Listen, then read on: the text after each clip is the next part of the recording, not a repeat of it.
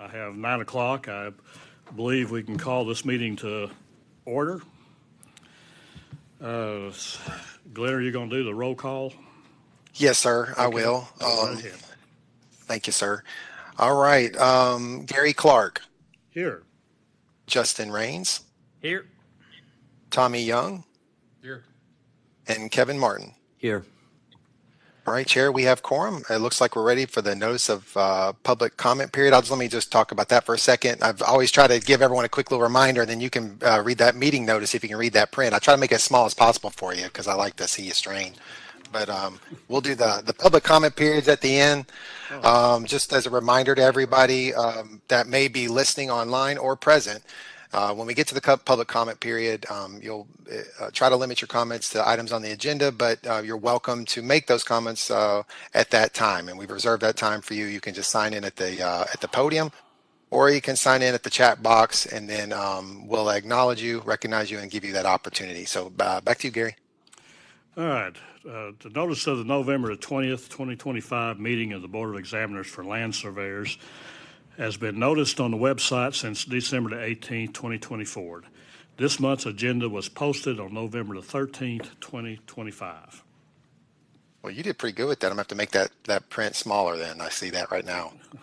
Oh, but yeah, all right. So adopting the agenda. Also real quick too, if it's okay with you, Chair, I was thinking of maybe a couple recesses, one after the rulemaking hearing that's typically customary just for a quick break, and also allow the court reporter to clear out their equipment. And then one right after the rulemaking discussion, right before the Sunshine Law presentation, since that will be a little bit of a period of time. Very well. Okay, so I guess we're at the adopt the agenda then.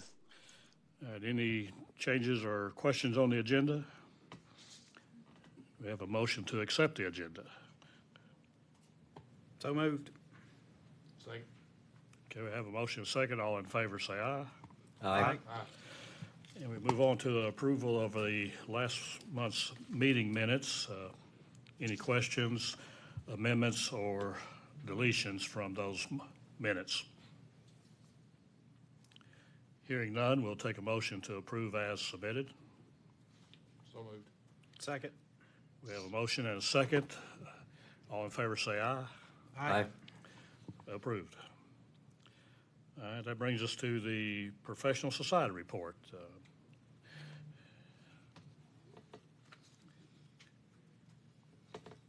morning, everybody. It's good to be here in person this time. Good morning, everybody. It's good to be here in person this time. I'm Jimmy Cleveland with TAPS. Appreciate the opportunity to present a report for TAPS. September, October is our renewal month, so our membership renewals have gone out and starting to get those renewals in. We have a lot of them come in September, October, but we have a big influx right before our spring conference in March. Last year's membership for 2025 was 496 members. We're right in the final stages of preparing the final details for the spring conference, which will be in March 5th, 6th, and 7th at the Embassy Suites in Murfreesboro. We're going to be having a minimum standards and ethics Zoom seminar on December the 10th of this year. I think it's at 7 o'clock. Email went out on that, so if anybody's interested, we can get that information to you. We recently held a National Society of Professional Surveyors Certified Floodplain Surveyor Academy. It was advertised nationwide. We had 22 participants from 5 different states. That was held on July 28th through August 1st, and 20 of the 22 passed. So that was a very, very high pass rate. The average on that in the past has been about 40% pass rate. So they had a really good turnout for that. So anyway, I appreciate the opportunity to present this information to you. Thank you, Jimmy. Any questions of Jimmy, board? Hearing none, and I guess we'll move on to the rulemaking hearing. Yes, Mr. Chair, I'm going to be leading that. Are you ready? Thanks. This rulemaking hearing is called to order. My name is Kyle Johnson. I serve as Associate General Counsel in the Department of Commerce and Insurance, Division of Regulatory Boards, and I represent the Tennessee Board of Examiners for Land Surveyors. Would the agency representatives who are present introduce themselves for the record? Glenn, do you want to start? Yes, thank you. Glenn Kopchick, Executive Director, Land Surveyor Board. Okay. Board members? Gary Clark, Chairman of the Board of Examiners. Justin Raines, Vice Chair of the Board of Examiners for Land Surveyors. Tommy Young, member, Board of Examiners. Kevin Martin, Public Member, Board Examiners. All right, and since we have a court reporter here today, I would ask that any board members that comment during these proceedings to state your name first so that the court reporter can accurately record your name before your comments. It is Thursday, November 20th, 2025. This rulemaking hearing is taking place pursuant to Tennessee Code Annotated Section 4-5-204 in Room 1-B of the Davy Crockett Tower, 500 James Robertson Parkway, Nashville, Tennessee. The purpose of this rulemaking hearing is to solicit comments on rule amendments to the rules and regulations of the Tennessee Board of Examiners for Land Surveyors. The Department of Commerce and Insurance Tennessee Board of Examiners for Land Surveyors intends to propose rule amendments in response to the department's retrospective rule review conducted in 2023. The rule amendments remove the requirement that only an officer or principal of a firm can be in responsible charge of the firm's practice and provide that any registrant that is a full-time employee of the firm can be in responsible charge of the firm's practice. The registrant is allowed to be in responsible charge of more than one firm, and these rule amendments remove the requirement that two or more firms be in the same physical location. Additionally, the rule amendments increase the number of professional development hours given for certain peer-reviewed publications, streamline the requirements of sponsors that offer continued education programs, and clarify the requirements for reinstatement of a license.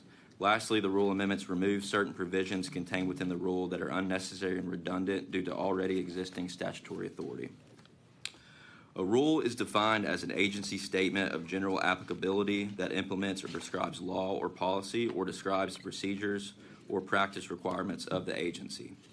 Proposed rules are filed with the Office of the Secretary of State. Notice is given to the public for comment, and a rulemaking hearing is held. Upon conclusion of the hearing and adoption of the proposed rules, the rules are forwarded to the Attorney General's office for review of legality. If approved, they are filed with the Secretary of State, which is responsible for publication, and the Government Operations Committee of the General Assembly. The rules must stay in the Secretary of State's office for 90 days, the end of which time will be the effective date. Those members of the public wishing to speak and appearing in person should place their name on the sign-in sheet located at the podium. Those members of the public wishing to speak and appearing via Microsoft Teams should put their name in the chat box. Oral comments will only be accepted by those who have written their name on the sign-in sheet or typed their name in the chat box. Is there anyone who desires to offer oral comments but who has not written their name on the sign-in sheet or typed their name in the chat box? Do we have any on the chat box? Okay. Seeing that there are none, for those attending this hearing in person, I would call your attention to the table located to my left and behind me. On this table, you will find red-line copies of the rule amendments addressed in today's rulemaking hearing. For those attending on Microsoft Teams, you will find a link to the rules under the Notice tab on the board's calendar online for today's hearing. The notice of rulemaking hearing included the entire text of the proposed rules and was published on the Tennessee Administrative Register website on August 20th, 2025. An electronic notification of these rules and this rulemaking hearing was sent through the e-notification system on August 29th, 2025. And notice of this rulemaking hearing was added to the board's public calendar on September 5th, 2025. Mr. Kopchak, was any additional notice given to the affected individuals or groups? No additional notices were given. The e-notify goes to any licensees or affected individuals that are signed up. Thank you. I will summarize again the substance of the proposed rules into the record. The rule amendments remove the requirement that only an officer or principal of a firm can be in responsible charge of the firm's practice and provide that any registrant that is a full-time employee of the firm can be in responsible charge of the firm's practice. The registrant is allowed to be in responsible charge of more than one firm, and these rule amendments remove the requirement that two or more firms be in the same physical location.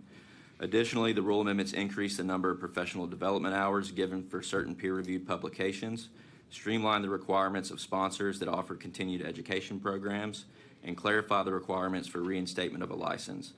Lastly, the rule amendments remove certain provisions contained within the rules that are unnecessary and redundant due to already existing statutory authority. Before we go to public comment period, there were some proposed revisions that were sent to you all prior to this hearing and included in your meeting materials. You should have those revisions in front of you. The revisions are as follows, and then these will be voted on at the end. First, the inclusion of Rule 0820-04-.10 practice would be amended by deleting the text of the rule and substituting the following so that as amended, the rule shall read, paragraph 1, a corporation, partnership, or firm offering service to the public may engage in the practice of surveying in this state, provided that at least one registrant is in responsible charge of the practice and is registered as required in this chapter, or is otherwise authorized to practice under this chapter. The same exemption shall apply to corporations, partnerships, and firms as applied to individuals under this chapter. Paragraph 2 would read, corporations, partnerships, or firms offering surveying service to the public shall file with the board on a form prescribed by the board a listing of names and addresses of all principals and officers as well as the registrant duly registered to practice surveying in this state who is in responsible charge of the practice in this state. The corporations, partnerships, and firms shall advise the board in writing within 60 days of any change of status. So that's how the rule would read. And just to clarify for the record, the only strikeout in paragraph 1 would be of the principals or officers of the corporation, partnership, or firm, and adding the language registrant instead. Same thing for paragraph 2. The strikeout would be, the red line would be deleting principals or officers and replacing that with registrant. This really should have been included in the first place. It really just aligns with the amendments that are in the rule above that, 0.09. The next revision would be addition of Rule 0820-05-.03 basic requirements. Paragraph 1 is amended by deleting paragraph 1 and substituting the following so that as amended, paragraph 1 shall read, 1, every licensee is required to obtain the equivalent of 30 PDH per biennial renewal period. These PDHs may be obtained any time during the applicable renewal period. A minimum of 2 PDHs shall be earned by successfully completing a course or activity that has content areas focused on surveying ethics and Tennessee standards of practice. If a licensee exceeds the biennial requirement in any renewal period, a maximum of 15 PDHs may be carried forward to the subsequent renewal period. PDHs may be earned as follows. And just to clarify for the record, there are no red lines that were added. This is only an addition of the language Tennessee before the standards of practice in that paragraph. All right, as the agency hears public comment on the proposed rules, I, as moderator, reserve the right to limit such comments if they become repetitive. Please limit your comments accordingly. Before I take public comment, I will read comments that I received via email prior to this hearing. To date, I have one comment that was relayed to me by the executive director that was submitted by a member of the industry. The comment was as follows, in quotation, the main purpose of the disclosure is to prevent a company from opening multiple offices with a survey staff without a surveyor at each location, end quotation. And the request was to take out the proposed deletion of, end quotation, only if the firms are at the same physical location, end quotation. And that is in Rule 0820-.04-.09. And the request is to leave that specific rule as currently stated. Do we have a response to that, board members?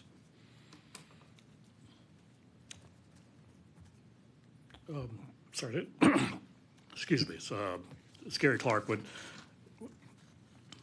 What page is that particular one on? I'm missing it, Cal. The page would be, it's on page 4. And they're specifically talking about paragraph 3 there. Excuse me. Okay, yes, I've got it now. Any comments from the group about that? Tommy Young, does this open up the rules to one surveyor being in responsible charge of several companies?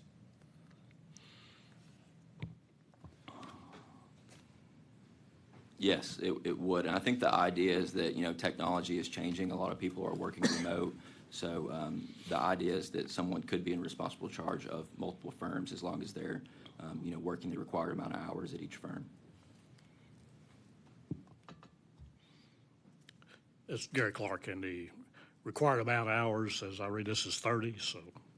Yes, Mr. They Chair. could have multiple, they could be the surveyor in responsible charge or disclosed as the primary surveyor for the company at that location and multiple locations, as long as they kept going and spending 30 hours at each one. Yes, that's correct. Now, I will clarify that, firms could have different locations. So we're talking about different firms here. If it's just one firm with different locations, as long as they're working 30 hours at that one firm, then they're fine there.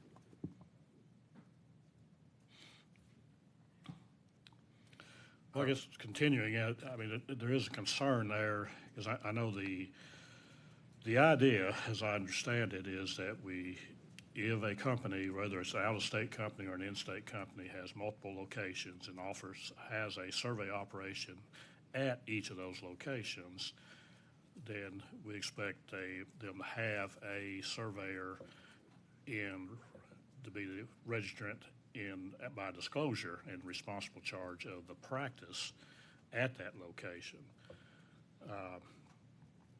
And I guess I would envision that to be a different surveyor. And the idea of them being able to practice at multiple companies is more of looking to the ones who are starting their own business as a part-time venture on the side, that they could do that we wouldn't be restricting them from doing that. Because in a sense they'd be in both. I'm not sure if we're ensuring that that's what we have in mind or not. I hear you, and I'm following. I think that the idea is that there are companies that, twofold. Like you said, there could be an individual that oversees multiple firms, and I think, with remote technology, they can still have the, required oversight, even if they are, supervising multiple other surveyors within two firms. I think that's the idea of this amendment here. And again, I'd just like to clarify that if it's the same company that have different physical locations, then that's not what we're talking about here. We're talking about two separate companies. I wanted to float a hypothetical and just see. So if the surveyor, if the surveyor in charge was remote, they had, let's say, different companies, two different offices, would that be in agreement with this proposed rules? Yes, it Right. would be. And another thing to point out is that in paragraph 1 there, one of the additions is that, if they're working only part-time, they can't be designated as responsible charge, but the amendment there is that they can still be in responsible charge of any survey they're qualified to oversee in paragraph 1 in that rule. Justin Raines. But the way I'm reading this, if you were going to be in responsible charge of two firms, let's say, you'd have to work 60 hours a week. Yes, that's correct. Okay.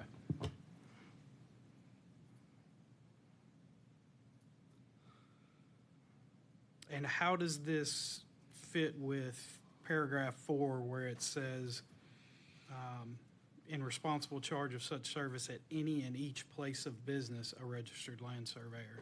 I understand that resident got stricken, but it still says at any and each place of business. Feels like it's still saying, all right, for a single firm, you've got to have a surveyor at every location. I hear you there. I don't think we if you guys want to propose some revision of that, you can. I think the idea there is that it doesn't say physical location, so I think it's just talking about the business in whole there. But if you'd like to clarify that, depending on what you vote on, you can as well. Well, I think we're caught in a position where we can see the good of opening that up a bit and allowing a surveyor to, cover a couple of couple of small firms or something like that. But we can also see the potential of someone taking this to extremes and having one surveyor with covering 40 offices or something, something insane. And there's nothing here to curtail that. I realize we're talking about two different things at the same time. We're talking about multiple firms versus multiple offices. But it feels like there's something here that's not covered well. I think the one caveat, maybe the one piece of insurance is that the 30-hour rule, if there were different companies, as you said, so you could have different offices, but it's the same company, and that's not what we're talking about. But if you had different, let's say you had 5 companies, if you had to work 30 hours per each company, the math don't math there. So maybe that's the safety net. Really, this sort of suggests that probably any more than 2, and you're really stretching your, 60 hours a week. That's, possible, not ideal, possible. But then if you did, 90 hours a week, that's not likely. So that's just my thoughts. Tommy Young. So I think part of the multiple companies thing came from past, I guess, disciplinary reports I've read or minutes where they, some surveyor works for, say, a construction company, and on the weekends he goes home and, does survey work on Saturday and Sunday for himself, moonlighting, if you will, for stuff that has nothing to do with the company he works for. So how does that fit into the 30 hours? I mean, if he's only working 15 hours for himself on the weekend, that's obviously not 30. It would be up to him to follow the rules and, in the disclosure forms that put that, he's being designated in responsible charge of his own firm. And, if we catch wind that he's not working 30 hours a week there, then that would be something to address. But, I think there'd be, I'm not sure of the specific circumstance that you're discussing, but, it's up to the licensee to follow the rules. And if he's not working 30 hours in that separate business that it's his own business. So he's violating the rules I think by if not it's working 30 hours on his moonlight job.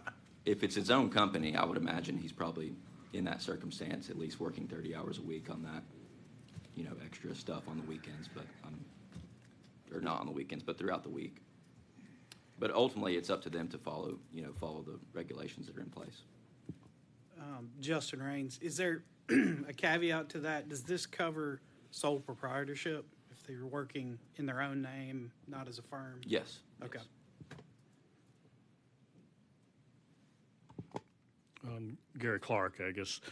Yeah, I guess that's where we're getting caught in a circle here is if they are the surveyor in responsible charge by disclosure of an office of a company, but just knowing that, traditionally there's always a lot of surveyors who are in that position, but then they'll go home on the weekend and maybe do a couple jobs on the side, possibly looking for, developing their own business one day or possibly just to pick up some extra money. Now, I won't argue the logic of trying to do that is to work, compete against yourself, but the comments I've got, nobody wants to eliminate the individual surveyor's ability to, under his own name, separate from his company, just to do a survey or two and sign for it. And in which case, they would not be working, 30 hours a week for their own separate company. It'd be like a Saturday every so often. And to address that, you welcome to open up that 30-hour requirement as well if you feel like that's a problem in the industry. Well, I guess it's. Yeah, I guess it's a definition of a part-time for a company that's only open 10 hours a week anyway. You see, that's. I'm almost of a mind to say if you're the designated by disclosure document the surveyor for the firm, then you can't be moonlighting on the side but that seems something that may be beyond our reach. Yeah, I'm not, that's again up to you, but I'm not sure we could, that could be a little stretch there. I think like you said, there could be an issue with people starting their own company on the side and that not technically meeting the 30-hour requirement. You could come up with something if they have, if it's a sole proprietorship, which in that specific instance, I assume it would be that they're, allowed to be in responsible charge of their own sole proprietorship, regardless of the hour requirement. Yeah, that's where I'm having trouble. How do we verbalize that and write that down? And I think that is the big problem. If you give us a minute, we could probably come up with something. Yeah, that's what we was trying to in advance too. Is that is what folks are worried about. One, we don't want a company to have multiple locations and have one surveyor in charge of each location. He has to pick a location that he's disclosed at.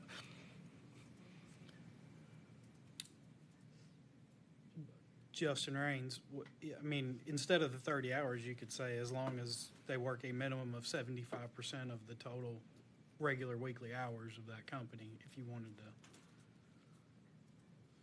Yeah, that's I like that, and I think the correct portion to put that in would probably be there in paragraph 1, where it's talking about. You could almost say something like, "There's an exemption here for this type of circumstance."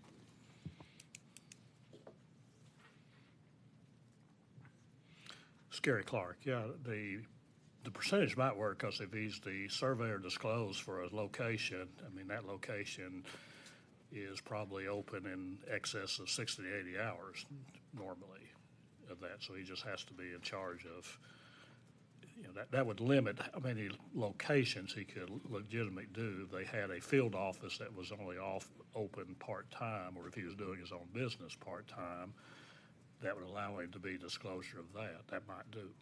That might accomplish what everybody's hoping to accomplish. Just to clarify, are you saying you're trying to accomplish to prevent people from working at different locations when there are multiple firms, or are we talking about one firm here? It's both, actually. It's take any company, even the company I used to work for. We had 5 offices across the state. 4 of them offered surveying services. Actually had field crews and folks that reported to that office and worked from it. And we always had one licensed surveyor in charge of that operation at that location. And again, I think the idea with these amendments are just that technology is changing and people can work remote, so I think it just opens up the field. So. Yeah, I understand the working remote, and it's also the thing is when surveyors. When you say that you're tied to an office, we don't really even work in the office. We're out in we're in the office a little bit, but most of our work is out of our truck and in the field. So it's more of being in charge of one building's location. So that complicates things. I agree. And I think that's the idea, is that as long as they're in responsible charge of that one company, with the new technology, working out in the field, working remote, they don't necessarily have to, be at that physical location to be able to be in responsible charge of the firm.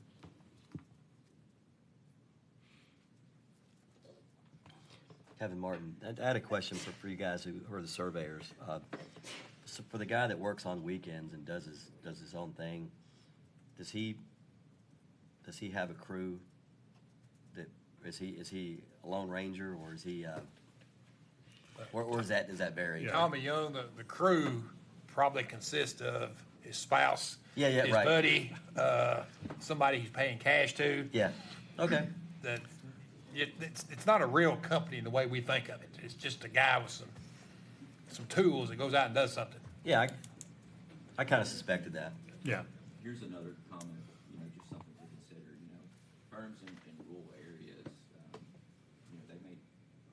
Firms in rural areas, they may not have enough, profit and overhead they may have different locations in little small counties, But they may not have enough profit and overhead to hire a separate, registrant responsible charge of each location. So I think that's another important consideration. On top of the changing technology, you also still have these rural communities where these companies are, may open different locations in, bordering counties, but they may not have the required overhead to hire somebody in responsible charge of each location.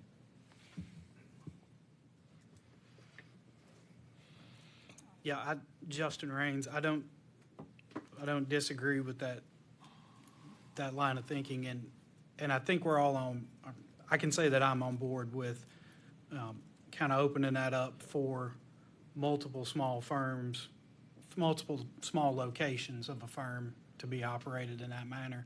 The problem is, I don't know if we've got any guardrails to stop one surveyor covering 20 offices with 60 crews running, which we know would strain the limits of professional oversight.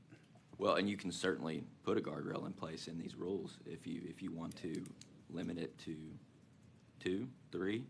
We can add some language to that effect. Just to clarify, you're talking about different locations, right? They're same company, Same company, locations. different Okay. locations. Yeah, I'm okay with maybe that 75% of the total regular hours to allow a surveyor to operate a small business on the weekends and things like that. I think that's okay and fills a role that a lot of firms don't want to fill. Gary Clark, maybe that is a thought. I mean, I like the 75% rather than a set of hours because that will address part-time operations. But is it reasonable to limit it to no more than 2 locations? I think I would probably suggest going a little higher than that because could have those rural surveyors that have at least 3 locations. But however you feel, what the in order to protect the public, like you said, that there's not an overextension of their duties. It's not just open-ended to how many locations or different firms. So I think we're thinking twofold. We're talking about one company, different locations on one aspect, and then we've also got the working for 2 separate companies as well, and that aligns with the 30 hours a week that you are welcome to open that up a little more too if you want to. Well, Gary Clark again. I mean, this part of the problem with this is just the very nature of the beast that we're trying to regulate is because it's not unusual to have survey crews that work for you that never come to the office because they just leave from their house and go to a job site and then report by the various electronic means we have to do it. And that's not unusual, which, kind of flirts with what you're talking about of having rural locations where a company has several little things. They don't really have several little things. They might have a survey crew that one party chief is kind of out of his truck running that area right there. So I kind of like the instead of 30 hours of having it a percentage of what the regular working hours are of the company. I would suggest if you guys can just clarify what you're trying to achieve, we may take a quick break and allow us to come up with some language, and then we'll present that. Okay. Let me try and say it clearly. I mean, because it's difficult. And yes, I mean, we already have companies that have no brick and mortar location at all. It's all done online of it. So it's one day we'll have to address that. I don't know. This may not be that day. But, the main thing that we're trying to eliminate is a company having multiple locations and running multiple crews or even one crew from every location and having one surveyor somewhere trying to manage the whole thing. The traditional wording of that was if you opened up an office and that you had a survey crew and survey staff based out of that office, then you had to have a surveyor in responsible charge of that operation.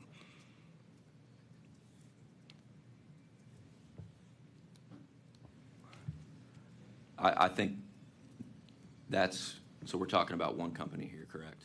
With different locations? Yes. Okay. I think that is the idea of what these amendments are trying to achieve, is that to open that up a little bit with the remote technology and all kinds of stuff like that. So if the board's, leaning against like basically to not make that change right now, then I don't think that's the idea behind these amendments, but of course we can, if you guys want to we'll come up with some language on that, and then we could take a vote on it. All right, well, let me clarify. Did you say you think the amendment accomplishes that or does not accomplish that? I think the amendment really doesn't have to do with one company with different locations. I think if we want to clarify that one company can have different locations and have one registrant and responsible charge of multiple locations, we can do that. If you all want to limit the amount of locations that one person can be in responsible charge, I think that would be my suggestion. Just to get behind and get up to speed with kind of what we've discussed with the technology. People aren't even working at a physical location. There could be multiple offices in one county, but the crews are just coming out from, and coming to the job site. Yeah, and Gary Clark again. We're not talking about a company advertising surveying available throughout the state for things. We're talking about the physical operations head of the surveying in an office. But it actually does. We are definitely talking about one company having multiple locations as well as separate companies coming in with separate locations. Yeah, I think the company, whether it's one organization or multiple companies, I think that really what we're more concerned with is the load of one surveyor being responsible for, crews. And so what we want to do is I think we want to accomplish two things. We want to open it up such that a surveyor can be the responsible person in charge for multiple sites. Let me just say the word site. And we also want to make it such that a surveyor could do his own business on the weekends, for example. So is there another way for us to limit the amount of places he could cover? Would a dollar amount be reasonable? I mean, an office does so, because my thought is there are certain survey offices, like let's say probably some down here in Nashville, they are probably super busy. And you've got some in, very rural, a city with population 2,000. That guy's maybe less busy. Is there a way to limit in another way no? Gary Clark again. A dollar amount would be very difficult to do. Even the number of crews would be a difficult thing to put in because it kind of depends on what type of work they're doing. Yeah, that's what construction stakeout's not even covered under our laws, so that could be anyone. So we're really talking about boundary and topographic and, stuff that fits in the definition of survey as is established in these, in the statutes themselves. Right. Yeah, I was afraid of that. Yeah, but recognizing that speaking to the future and not wanting to squash anybody from how they do their business, I think maybe rather than stating a number of hours, that some statement of 75% of the normal operating hours of the business, something to that effect, would work better than the 30, because that opens up folks who are just going to go out and have their own little office business that they only work 10 hours a week or so. But I'm also leaning toward I think it would be reasonable to say that you limit them to 2 locations or 2, I forget, how's that worded there again? Let me go back to that.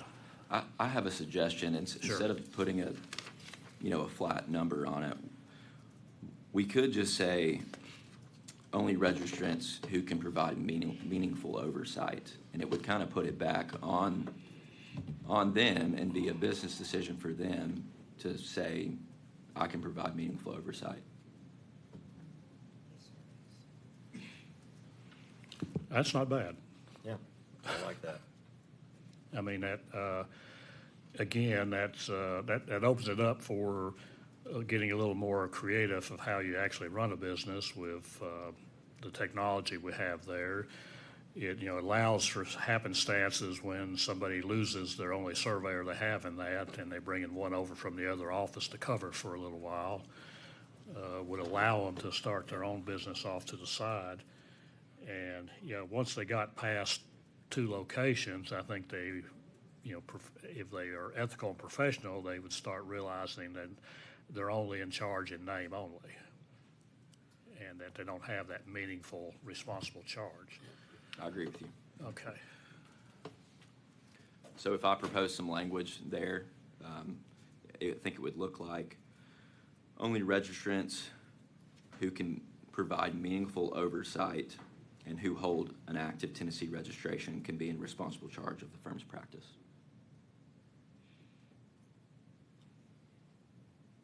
Somebody say something. I mean, at each location? Is that what you mean by firm? Yeah, Each location? I agree with Tommy that I feel like that needs to be added. Who can provide meaningful oversight at each location? Because meaningful oversight without saying the at each location, that seems a little dangerous. I think the meaningful oversight still encompasses, it would be, the burden's on them if they have different locations to make sure they have meaningful oversight of each location. I don't think that's a bad addition to it, though, because that's kind of, that's really what we're going for, is to make sure that there really is somebody in charge of each location at whatever level that operation is operating, surveying. Maybe my Because, I mean, even a location could have a part-time survey crew because they haven't developed that much business yet. Okay, so if the language would look like only registrants who can provide meaningful oversight at each firm location. maybe my heartburn is can versus something like shall, because I can do a lot of things, right? I can. Am I being? No, I'm going to defer to the I'm looking attorneys for a word about that- whether can, will, or shall is the proper term. Yeah. Yeah. You know, it's me being able to do something and me doing something. Those are different things, right? Yes. I'm able to drive the speed limit. Sure. That also gets back to our ethics. Yeah. So, But Yeah. again, back, and this is Gary Clark talking again. I guess I'll just go down the road here, starting with Tommy. If we had some language that rather than limiting the number of firms they were involved in or specifying a certain number of hours, if we covered both of those with language that says that you have to be in meaningful, responsible charge of each location. Does that? Yeah. That. And then it's like Cal said, that puts the burden. If somebody turns in a complaint that they're just rubber stamping everybody, then we have and that's what we're after. We want some kind of rule that gives us the ability to limit them if they're going outside of that. I think the language that I proposed achieves that. If a complaint comes in that says someone was negligent, not providing oversight, or there's evidence that they've just rubber stamped and weren't involved in reviewing the surveys or anything like that, then we could certainly take action based on that rule. I'm going to go back to polling the group. Tommy, what's your opinion? I agree with what he said. Yep. I think that'll work. Yeah, Justin? Yep. I agree as well, because I don't think that we can put enough solid guardrails in place to not back ourselves into a corner here. So I think we're going to have to do it with what we're intending to do and then go from there. I'm in agreement. I think it's a great way to address that without being so specific that you Is being overly specific. Is this a substantive change enough that we need to open it up for another public hearing, or is this sufficient? And I think this is sufficient. If there's, I think we may have some additional public comments. Should we go ahead and- Okay. If there's someone on here that's wanting to comment. There is someone on the chat that I believe may want to make a comment. It's up to you all if you, we'll solicit additional comments after this response period, but you guys are welcome to go ahead and allow that comment at this time. Yeah. I think I'd we're like ready to for hear it. comment and crave it.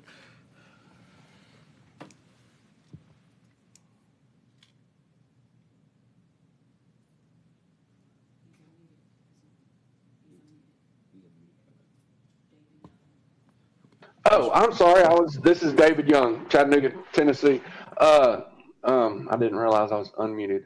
No, I was just going to say, I think the meaningful oversight was great for, you might, like we said, we might have a surveyor that works one day in South Pittsburgh and one day in Cleveland, and he only has one field crew. And that allows him to do that like doctors and dentists and lawyers do. But also the meaningful oversight might take care of the situation where you have an office that has 100 field crews and only one land surveyor. So it also takes care of that also. But that's my comment. Thank you. Thank you, Mr. Young. That's an Any excellent point. response to that comment? Well, that's Gary Clark. Yeah, that's an excellent point, and a side benefit of that is you to have one surveyor that is in responsible charge of 50 crews is unrealistic. And that does, if a complaint came in that you just had a lot of people doing surveying and he was rubber stamping everything, which is what we're trying to prevent. Right. That would give us the leverage to have a complaint opened up. So that's a good point.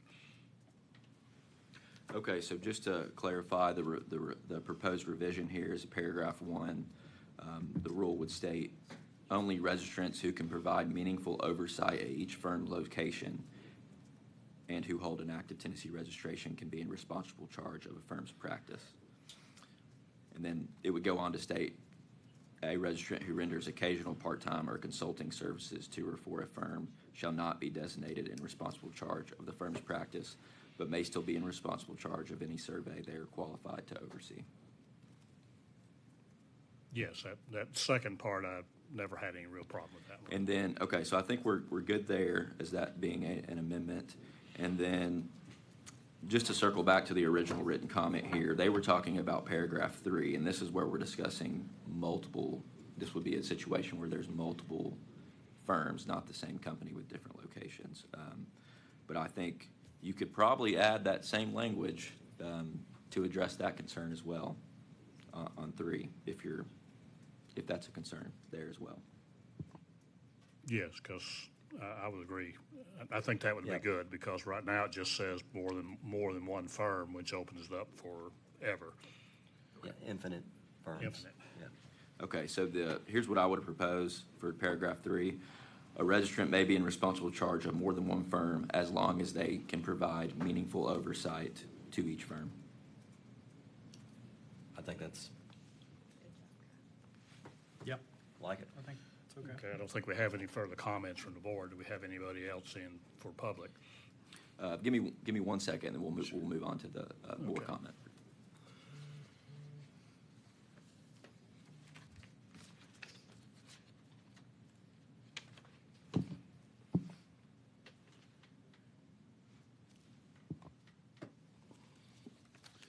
Okay, so we've got those proposed amendments on the record. Mr. Kopchak, were any other written comments received by the board office? I'm sorry. There was not. Okay, thank you. Board members, have you received any written comments directly that you'd like to state on the record?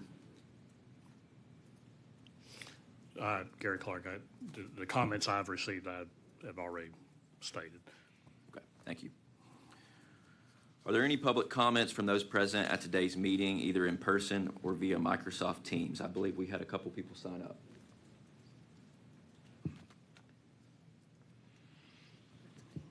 Okay. We'll let the audience members go, and then we'll move to Microsoft Teams after that. Good morning, Jimmy Cleveland. Good morning, Jimmy Cleveland. I just want to say that I am in favor of the proposed rule changes, and I do like your proposed language to address those comments or those concerns.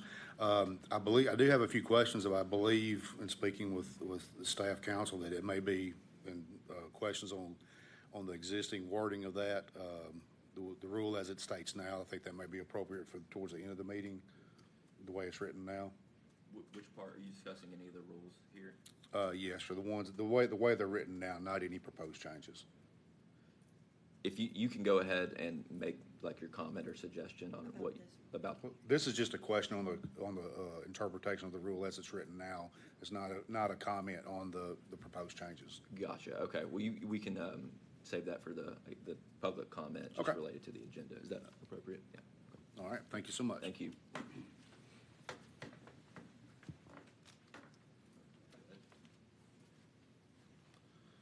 Still going. Hi, it's Ken Shreve, land surveyor, and I did want to also express my support. I do like the amendments.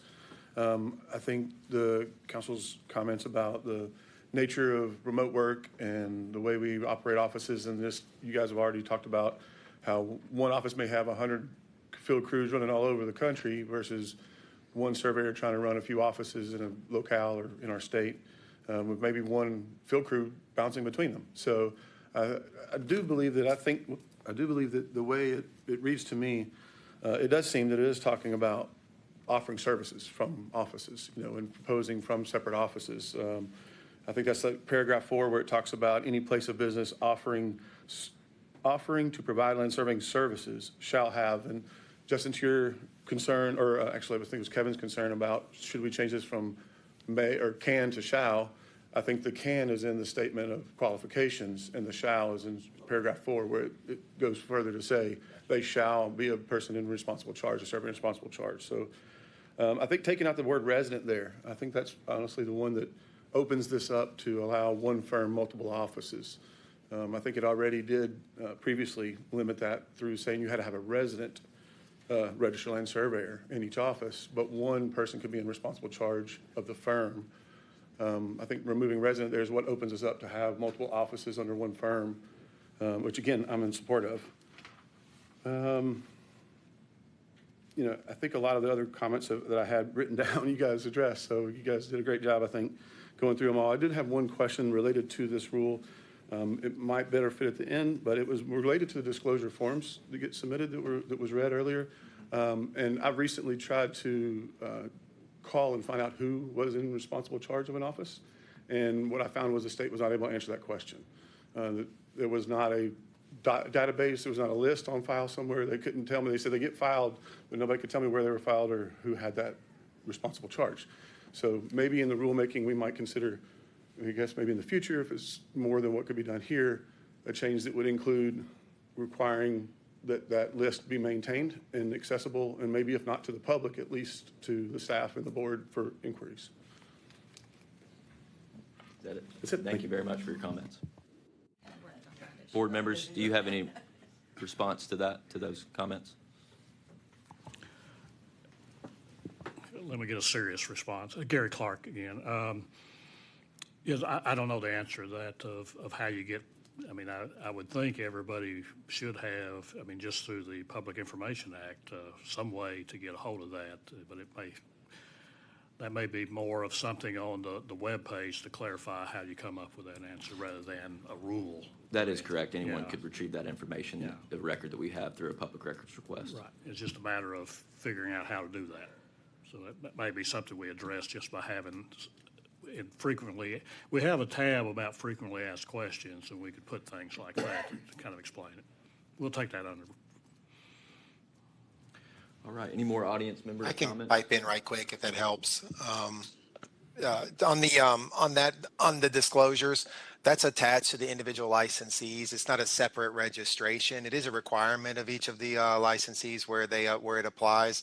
And so like a database where you can just type in a firm and sort of do a verify, that because it's not a separate license, that's not available. So the gentleman was correct in saying that. However, if you were to say, hey, does this individual licensee have a disclosure, then we could answer that, and then we could pull that, and then so you have to have a little bit more information. But yeah, we would honor all public records requests, and where that record is available, and if there was an individual that was in question, we could go direct to their file and then pull it from there.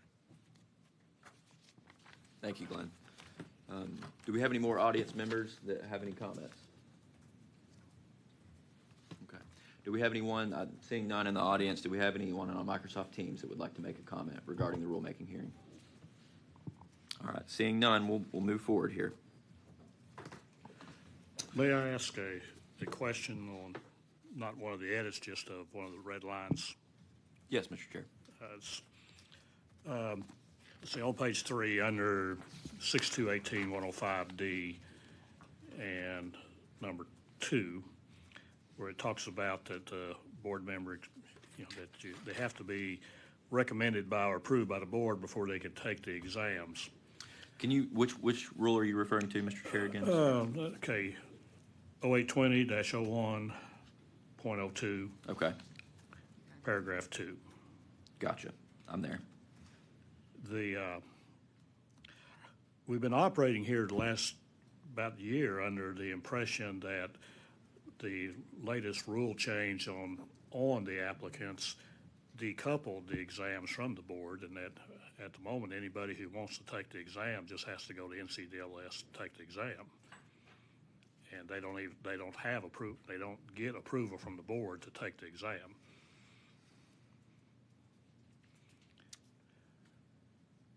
Give me 1 second here. I'm trying to fully understand. Well, where it says if 2 or more board members recommend examination of an applicant for the practice of land surveying PS or fundamentals of land surveying PS exam, such applicant is approved for the necessary examination as long as Part 3 doesn't apply. My understanding as of lately that there was it's a rule that TAPS put forth, and it went through the legislature, and it redefined how the fundamental surveying exam affected the applicants under the 5 pathways. And one of the things that did was under pathway 5 is that which had no education requirement now has 18 hours of education requirement. But once that passed, the word we've got was that effectively decoupled the board from approval to take the examinations. So they can take the examinations now without ever applying to the board. And NCWS lets them take the exam, and it shows up on our report when we get an applicant's form comes in that they've passed all these exams. The passing the exam isn't the last step of getting their license. It can actually be the first step of the process now. So I guess more of my question, we may need to clarify that, because I think we've got 2 rules that are conflicting with each other. Which other rule do you think is in conflict with that? Or do you know off the top of your head? I'd have to, let me. Because I hear what you're saying is that, Yeah. That they've already taken the exam when they submit their application materials, but I think that's in there just as, because there could be a process where 2 board members do have to recommend someone for examination. That's probably how that happened before. So I think leaving that in there is sufficient in case that does come up. I realize that it doesn't come up, most of the time, but I think it still could. So I would suggest just leaving that as there, and with the one amendment on paragraph 2. Okay, and I wasn't really suggesting an edit. I was just more pointing out, I think we may have 2 rules that conflict with each other. Yeah, can I pipe in for a second there, Kyle, on that one? Sure, go ahead. Yeah, it was decoupled, as you guys already know, because it was a list of requirements. It wasn't prior to or as a prerequisite. The language was such where it said you get you're a professional land surveyor in training if you meet certain criteria, and then a sort of series of what that is, which have in effect decoupled, to Gary's point. But at the same time, too, there wouldn't be necessarily a conflict to Kyle's point either with the rule as it is, because you could basically do a preliminary review to look at the experience, right? Somebody may not want to waste their time and on an exam when they don't have the experience, the prerequisite experience. They might be ready right now to get that PLSIT or whatever. And so I think that I don't know that that would necessarily be a cleanup per se, but yet it does my heart good to know you guys are looking at all the rules where it might butt up against the new pathways. That's the whole point in the retrospective. So, and of course, in our second package, if we're still losing sleep about it, we could always revisit that because we're going to have that discussion later on in the agenda as well. And then as we start to develop, if the board develops another rules package down the pike, then, and that seems to pop up again, then we can get another bite of the apple. But the point in the retrospective was that low hanging fruit, that where things were antiquated, such as physical locations. And that was a great discussion, by the way. I tried my best to not get in the way and overcomplicate it and make that difficult. And Kyle did a good job along with the board shepherding us through that process. So thank you, Kyle, for that. And seems like we're on the right path then, working through those issues. Well, I think we were doing a good job on our own overcomplicating it, but hopefully I think we get it somewhere. Kyle, the code that I'm talking about, I think conflicts with that is 62-18-109. But again, I don't think that's a required edit at this time. That's more of a clarification I'd like to get somewhere along the line.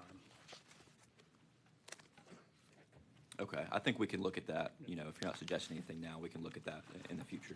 Because it's manifested itself to us both ways. One, we now have a lot of applicants that come to us that their first application, they've already taken all the exams and passed them. But then I had one called and said that he wasn't allowed to put in an application because he had not passed the FS yet. And of course, you never know if they actually understood everything, or it may have been something else that stopped them. But so there is some confusion out there over those. Yeah, let me clarify for that. I might be able to help. We don't take applications unless someone has all the prerequisite experience, because there was a time where we had, in other disciplines as well, A&E was well known for this, but we would have an application to test. And then those applications would age indefinitely. We were basically holding on to their file when there wasn't really a need to do that. They, obviously they can hold on to their own file, and when they meet all the requirements, reach out to us then. That was a more efficient process to do that. And so that's the impetus behind that. There wouldn't be necessarily a preliminary review. They can reach out and ask questions of the board, inquiries or stuff to that effect, but that's not the same as to say that's an actual application, a paid application where they're submitting their requirements for review by the board for consideration of some registration or license. And so that's where that's coming from. Sure. Yes, I have no doubt of that. It's just the idea that we may have some language that is confusing people. But if you look at that, Kyle, just give us a response onto it, one that we could use to be sure we assure people that they're doing it correct and that we're not being arbitrary in how we accept them as that. Other than that, I have no other comments or thoughts on the rest of these edits. I think we're good. Anybody else, board members? Would it be possible to make one more public comment? Yes, you can. I just looked through my notes again. There was one more thing I did want to mention. I know you guys. Please identify yourself. Ken again. Shreve, Land Surveyor again. Thank you for opportunity to step back up. Y'all had mentioned wanting to open it up for the sole proprietor who might work only occasional. And my concern would be that the way it still reads would be a limitation only to those that are going to work 30 hours or more in responsible charge of any firm. So I would think that if you're in responsible charge of one firm and you're trying to do it on the side, I think we were right? taking the 30 hours Yeah, out 30 and going hours to a is 75%. Oh, you did take that out? Yeah. 75%. So then they would establish their own operating hours? Yes. Perfect. Thank you. Did you be able to get all that? Okay, perfect. Thank you very much. Well, to clarify, we're not even doing the 75%, right? We're just saying meaningful. That is correct. And here in a minute, I will announce all the revisions again, and we'll take a motion and a vote on that. I'm sorry to the court report. I do enough court cases, I should know better than talking at the same time somebody else is talking. All right. Any other comments? Okay, we'll move forward. So there's several measures I will need to adopt by motion and roll call vote as required by TCA Section 4-5-222. First, I will need a motion to adopt the hearing rules language as amended. I'm first going to read those amendments, revisions into the record. The first one was the addition of Rule 0820-04-.10, practice disclosure is amended by deleting the text of the rule and substitute the following so that as amended, the rule shall read, paragraph 1, a corporation, partnership, or firm offering service to the public may engage in the practice of surveying in the state, provided that at least one registrant is in responsible charge of the practice and is registered as required in this chapter or is otherwise authorized to practice under this chapter.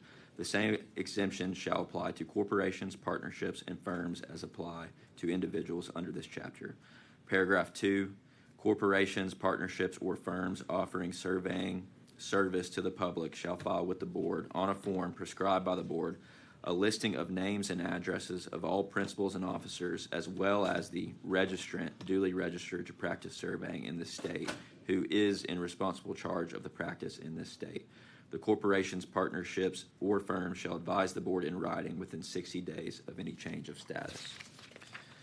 The next amendment was adding Rule 0820-05-.03, basic requirements.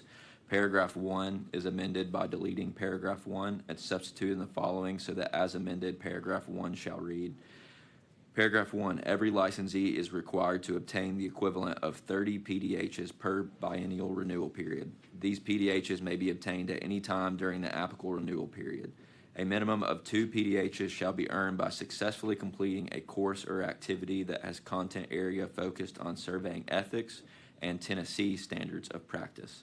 If a licensee exceeds the biennial requirement in any renewal period, a maximum of 15 PDHs may be carried forward to the subsequent renewal period. PDHs may be earned as follows, and that's those two amendments. And now I'll read the other ones that we discussed. Rule 0820-04-.09, responsible charge of service. The amendment it will read now with the following amendments. 0820-04-.09, responsible charge of service, is amended by deleting the text of the rule and substituting the following so that as amended, the rule shall read, only registrants who can provide meaningful oversight at each firm's location and who hold active Tennessee registration can be in responsible charge of the firm's practice. A registrant who renders occasional, part-time, or consulting services to or for a firm shall not be designated in responsible charge of the firm's practice, but may still be in responsible charge of any survey they are qualified to oversee. The other amendment was to paragraph 3. In Rule 0820-04-.09, paragraph 3 will now read, a registrant may be in responsible charge of more than one firm as long as they can provide meaningful oversight to each firm. All right. So now I'll need a motion to adopt the hearing rules language as amended and as stated.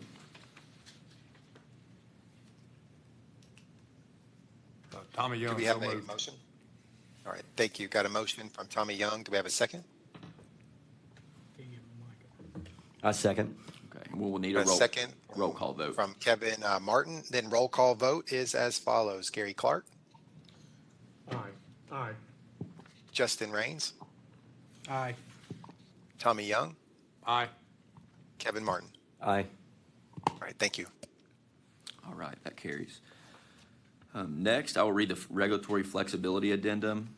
Pursuant to TCA sections 4-5-401 through 4-5-404, prior to initiating the rulemaking process, all agencies shall conduct a review of whether a proposed rule or rule affects small businesses.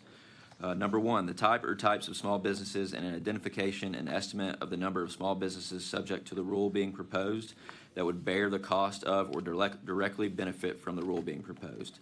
These rules may have a minor impact on private land surveying firms by increasing the number of eligible licensed land surveyors within the firm that can be in responsible charge. Currently, the board has 1,130 licensees. There is no accurate way to estimate the number of land surveying firms in the state. However, each one will benefit. Number two, the projected reporting and record keeping and other administrative costs required for compliance with the rule being proposed, including the type of professional skills necessary for preparation of the report or record. The board does not anticipate that licensees will incur additional reporting, record keeping, or administrative costs to comply with these rules. Number three, a statement of the probable effect on impacted small businesses and consumers. These rules may have a minor impact on private land surveying firms by increasing the number of eligible licensed land surveyors within the firm that can be in responsible charge. Additionally, licensed land surveyors that own their own small business will benefit from being able to be in responsible charge of more than one firm location. Consumers may also benefit if a land surveyor surveying small business is able to open more than one location because of these rules. Number four, a description of any less burdensome, less intrusive, or less costly alternative methods of achieving the purpose and objectives of the rules being proposed that may exist, and to what extent the alternative means might be less burdensome to small businesses. The board knows of no other less restrictive or burdensome means than through the promulgation of these rules as amended. Number five, a comparison of the rules being proposed with any federal or state counterparts. These rules are not modeled on the content of a federal rule from a state counterpart, or rule from any other jurisdiction. However, surrounding state jurisdictions that regulate land surveyors have similar rules in place. Number six, analysis of the effect of the possible exemption of small businesses from all or any part of the requirements contained in the rule being proposed.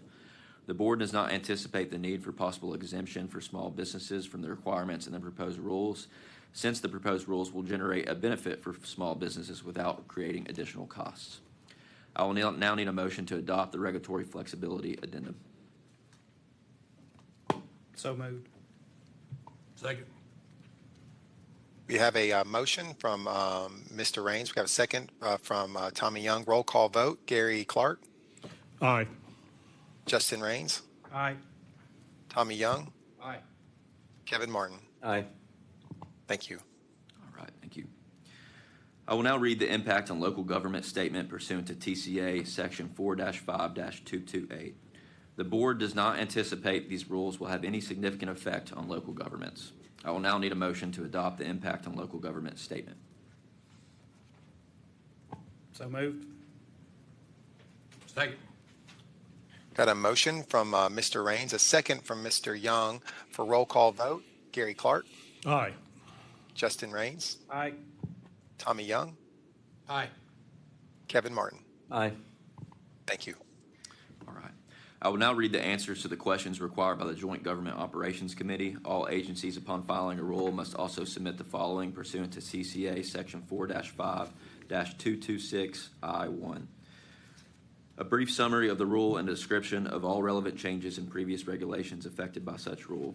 The Department of Commerce and Insurance, Tennessee Board for Examiners for Land Surveyors, intends to propose rule amendments in response to the department's retrospective rule review conducted in 2023. The rule amendments remove the requirement that only an officer or principal of a firm can be in responsible charge of the firm's practice, and provide that any registrant that is a full-time employee of the firm can be in responsible charge of the firm's practice.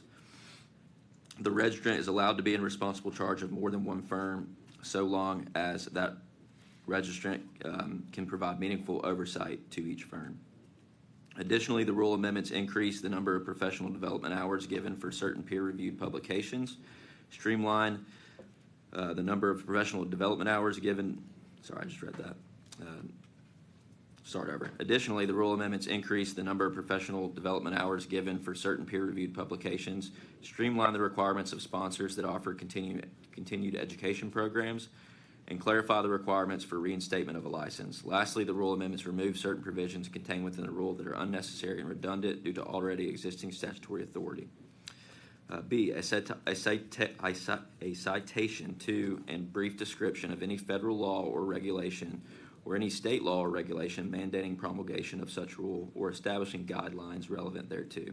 There is no federal law or regulation or state law or regulation mandating promulgation of these rules or establishing relevant guidelines thereto.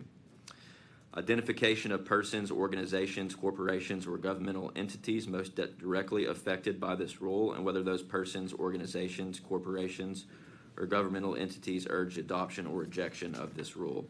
These rules impact current and future board licensees, applicants, and sponsors that offer continuing education programs for licensees.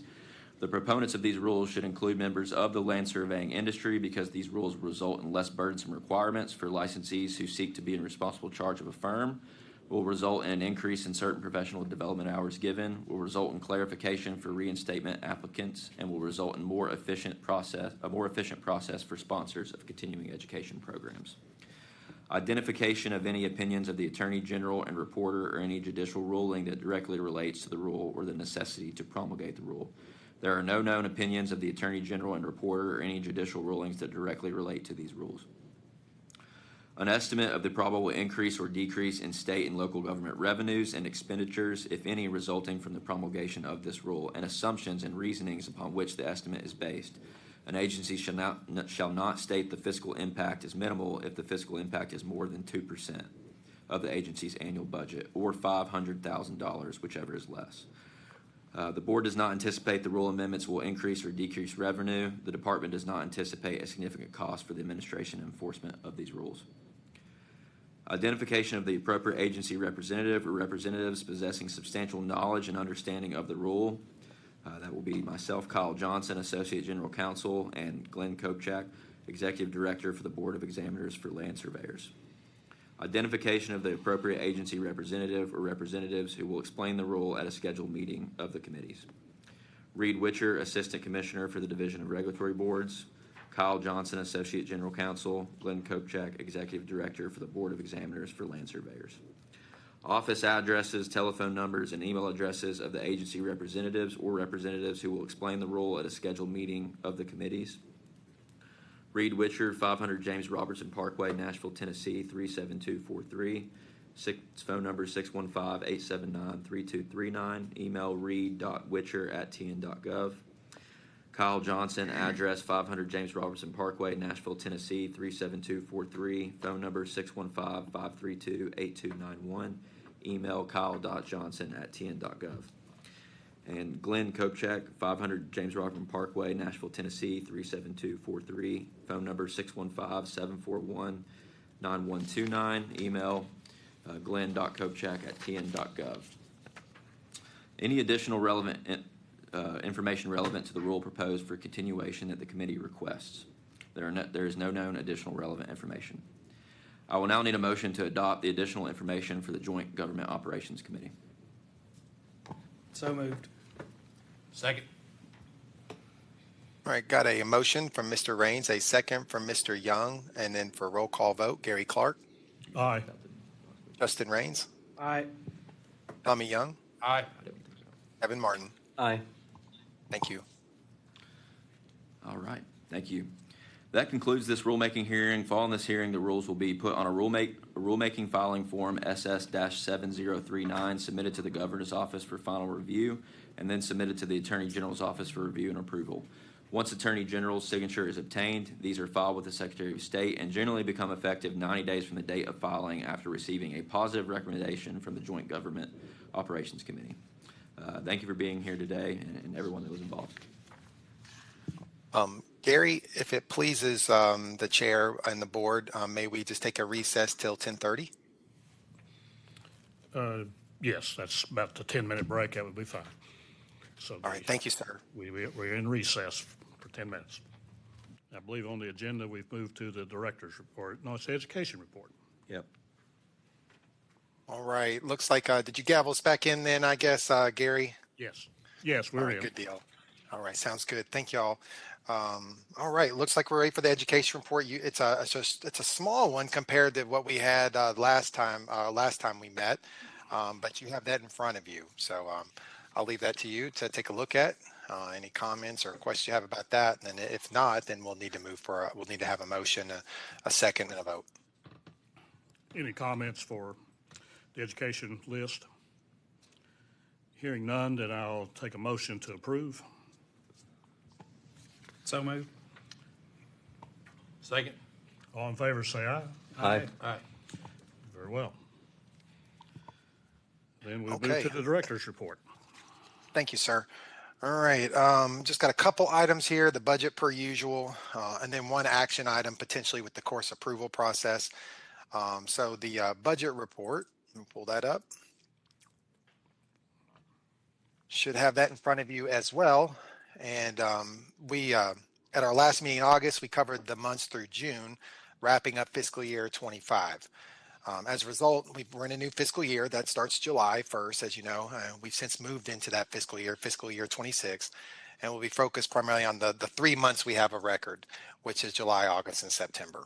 The only item that jumped out at me that seemed sort of in need of a footnote was if you go to September column and about almost halfway down, you'll see other under Edison expenses, that 3,434 amount that jumped out to me. Checked with our accounting and they pulled out the ledger and it looks like that was due to travel, credit card fees for July and September, and revenue processing center fees all coming out in September. So we basically had like a 2-3 months worth of those fees coming out all at once. Hence that line item. As you know, we pretty much run in the red per usual until we open up renewals, and that happens, as you know, in November the 1st. So you'll see those columns turn green here pretty soon, which will right our ship and get us back what we like to see. But right now, it's tracking, from what I can tell, year end over year end, at about the same pattern. Is there any questions or comments on that? Hear none. Okay. So then let's talk about the, if we can, the course approval process. You'll have item number 6 on your iPad is the course transmittal form. That should look really familiar. That's really just modeled after your application, your transmittal form. When we send you applications, when I say Phil, when he sends you an application, that's what you're looking. You're looking at some version of that place for your notes and whether or not you approve, and then just identifying information of the applicant before you. So it's no different than that, modeled after that. And the purpose, we always looking at maybe some sort of efficiencies that we can capture, process improvements that we can capture along the way. Lessons learned, best practices, all of that. And basically, as you know, and currently what we do is we wait until we come to the board like we just did, the board meeting just like we just did, and approve the education report all at once. So there's a lag there. But if you're looking at two members approving anyway, 2 land surveyor members, which would constitute that majority rendering an approval, then it seemed to me prudent that we not wait until the meeting if we can just take care of that. So if we have 2 members signing off on it, approving it, then we just approve it, and then we'll read that education report for informational purposes only, so you can get a list of all the education that was approved. Enter that into the record at that time. But instead of those providers waiting quarterly, perhaps, if they were at the very beginning of the quarter, maybe we have somebody put in make a submission right after this meeting, then they're potentially waiting 3 months to get that approval. Whereas if we could take care of that right away, if everything's in order, then that's great. But if we run into one, as always, there's an outlier here and there, then those still come before the board for approval. So you would get a list, and it'd be a list, and it would say approved on the list for informational purpose. And then where it was blank or said pending, that would be up for discussion, and then we could provide the board members' comments at that time. What's the delay? What's the holdup? And if that's something that the board would entertain or be willing to do, then my recommendation is that we make a motion to alter that process as noted. All right, Glenn, they're still going to submit the same information that is currently Yes, required for it. This is just a way to transmit it to the individual board members in between meetings for Yes, sir. approval. That is It's correct. Similar Yeah. as the applicants are done as well. And it would 2 would be selected randomly unless somebody had reclused themselves. And if they had if 2 of them didn't agree, then it would go to the 3rd to see if we had a consensus. Right, and that's our process already with applications. If we get 2 approvals, it's out the door. We only talk about it at the meeting, under an application review when we have a denial or a deferment, and we have somebody wanting to address the board. Same thing here. All right. I think it'd be good to formalize the process like that. That'll help things a bit. Right now, it's a little mushy of who reviews them and makes the recommendation to the board. And Well, that'd be great. Well, then, if that be the will of the board, or if you want more discussion on it, that's fine as well, or at the end of it, but we'll just need a motion in that regard. Any other discussion on that? I think Tommy said he had some time he hadn't designated yet, that he needed something else to do. Yeah. Do we, Tommy, are we supposed to get a list of courses to approve or write-ups on these, or? 'Cause the only thing what I've we seen do is the list on there here. No, not really, and it may be the best thing is rather than explain to you how it was done, we just adopt this where it will be just like an applicant. Okay. Right. We'll get something. Sure. And look over it. Right now, it's been more of, typically the chairman bore a lot of that. It just went to the chairman to look over, so. Okay. This spreads it out a little bit, and it will be just very similar to what we do with the applicants. Should organize it better and speed it up. I'll make a motion to approve the process as read. Second.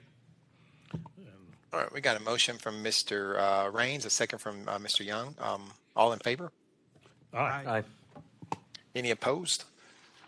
All right, hearing none then, that's approved. Then, members, you'll be getting these transmittal sheets along with the course approvals going forward. Phil will send those to you, and then we get 2 approvals, then it's approved, and then of course, you'll get a listing of all those courses per usual at your next meeting. All right, thank you. Thank you. All right, looks like we're ready for then the legal section. So it looks like legal case report.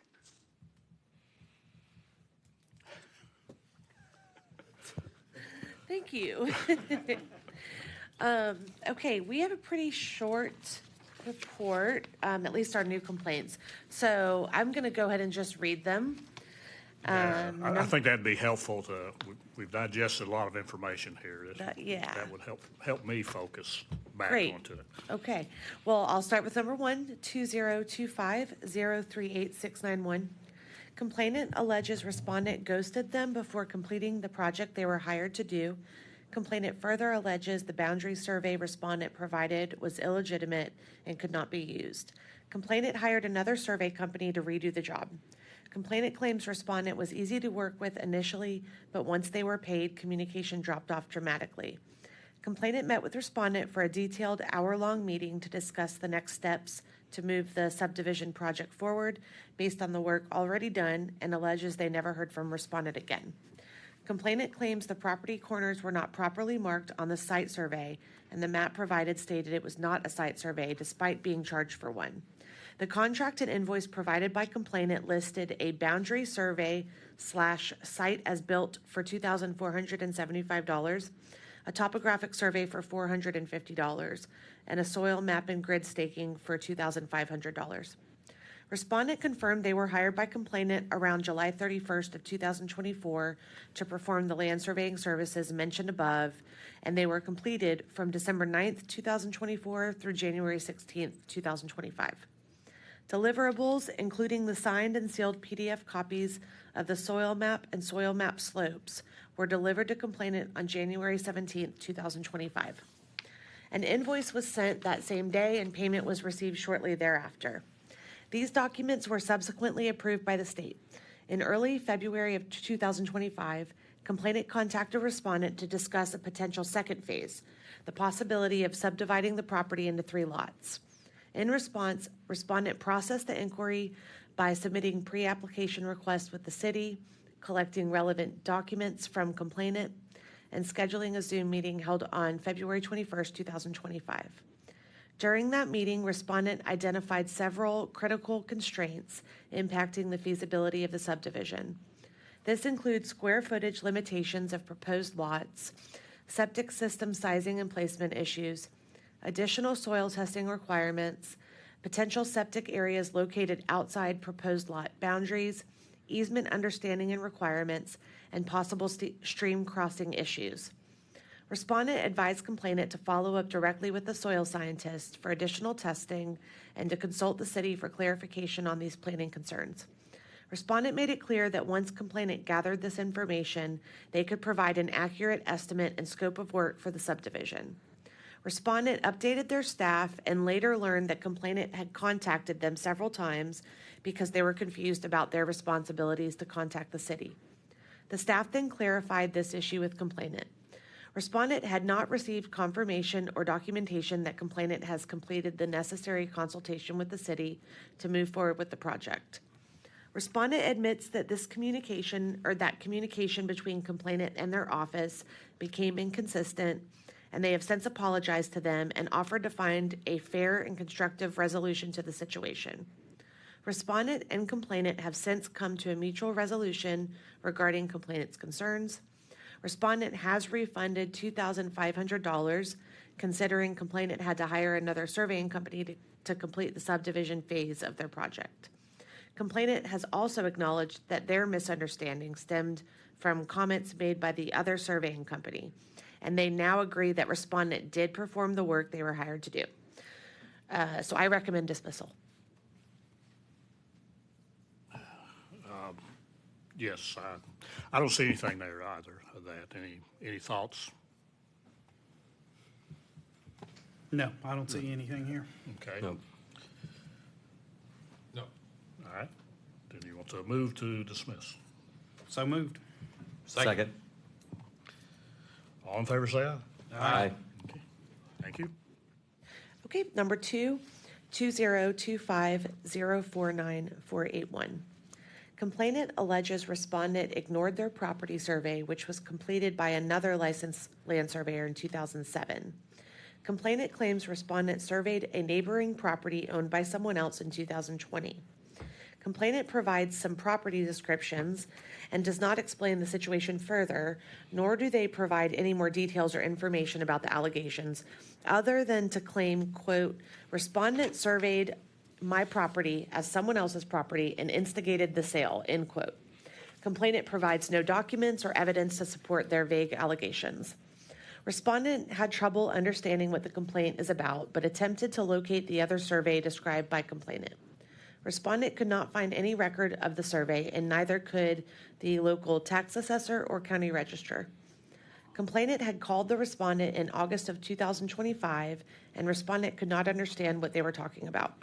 Respondent offered to come to their property and discuss this matter with the neighbor whose survey is at issue, but explained they could not discuss it without that person present. So in response to this offer, complainant demanded that respondent change the survey to what they want it to show and then change their neighbor's deed. Respondent refused and hung up. Respondent notes that complainant has waited 6 years since they marked up the line and did the original surveying work on the neighbor's property, and it's been 4 years since they finished the survey. So based on all of that, I don't have any evidence of violations, so I recommend dismissal. Well, the only thing I see it might be possible, but this is silent to it. I know that if the rules do require us that if our survey shows a substantial difference from the adjoiner's possession or use or deed, that we're required to make that person, but I don't see here where the respondent said that he had any reason to believe that what he had surveyed had caused any problem. That's the only thing I see that we would have a comment on it. Other than that, it sounds like the complaint is not really even followed through. No, and you know, the complainant gets a copy of the response and has every opportunity to provide a rebuttal. We get them often. They're notified in the letter. So if the complainant wanted to follow up and provide more information or make this more clear or say something like that, you know, they very well could have, and that didn't happen. And I feel pretty good about the respondent. He says they marked the line. That is, you know, that's without actually going and getting the neighbors and walking them up the line. If we had thought there was a problem, the fact that he did mark the line that's a pretty good degree of due diligence. So, and then of course, you know, the respondent, I think the whole thing is a bit confusing. And the respondent, you know, offered to meet him, and that wasn't good enough. So I don't know what else they could have done to try to clear it up, because it's hard to respond to something you don't understand. And offering to meet them, you know, this long after, I think is the best you can do. yes, I have no other comments. I got no comment. No comment? Okay. Then somebody move to dismiss. I move to dismiss. Okay. Need to get, Second. all in favor, say aye. Aye. We're gonna have to do something about our synchronicity here. It's been a long, long meeting already. Okay, thank you. Okay, number 3, 2025-062-401. Complainant's father purchased a piece of property in 2010. Complainant's mother decided to sell it in the last couple of years after their father's passing. Complainant alleges respondent never completed paperwork with the county after doing a survey on the land at issue. Complainant requested a copy of the survey from respondent and was informed all data related to the survey had been lost. Complainant further alleges respondent's father did the original survey and respondent redivided the plots incorrectly. Complainant provides no further information or documentation. Complainant believes some of the boundary lines are more than 300 feet off according to a survey company hired more recently. So prior to this complaint even being filed, respondent corresponded with the complainant and sent them a certified letter regarding the situation. Respondent explained in the letter that their office no longer has any existing records, survey plats, or field data associated with the property at issue. Respondent's office computer had a malfunction, which destroyed all digital data that was stored before respondent had a chance to back up the data. The deed at issue was recorded in the County Register of Deeds office, and the survey was dated January 16th, 2010. Respondent told complainant they could access the survey through public records at the county courthouse. And then when the respondent did respond to the complaint, they confirmed they completed the survey at issue in 2010 for the property owner at the time. Respondent subdivided the property several times because the owner changed their mind multiple times on how he wanted it done. Respondent had given the owner several copies of the work that was done so he could give it to the buyers. Respondent does not file maps in the courthouse because a lot of their clients do not want them on record.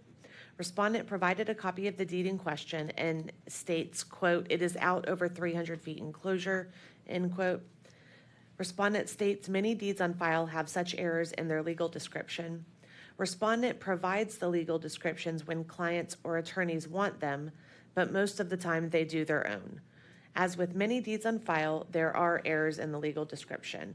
Respondent was asked by the new realtor who was listing the property to draw a new map, but respondent explained that they would have not been able to complete the required field work again until early in 2026, and the realtor wanted it much quicker.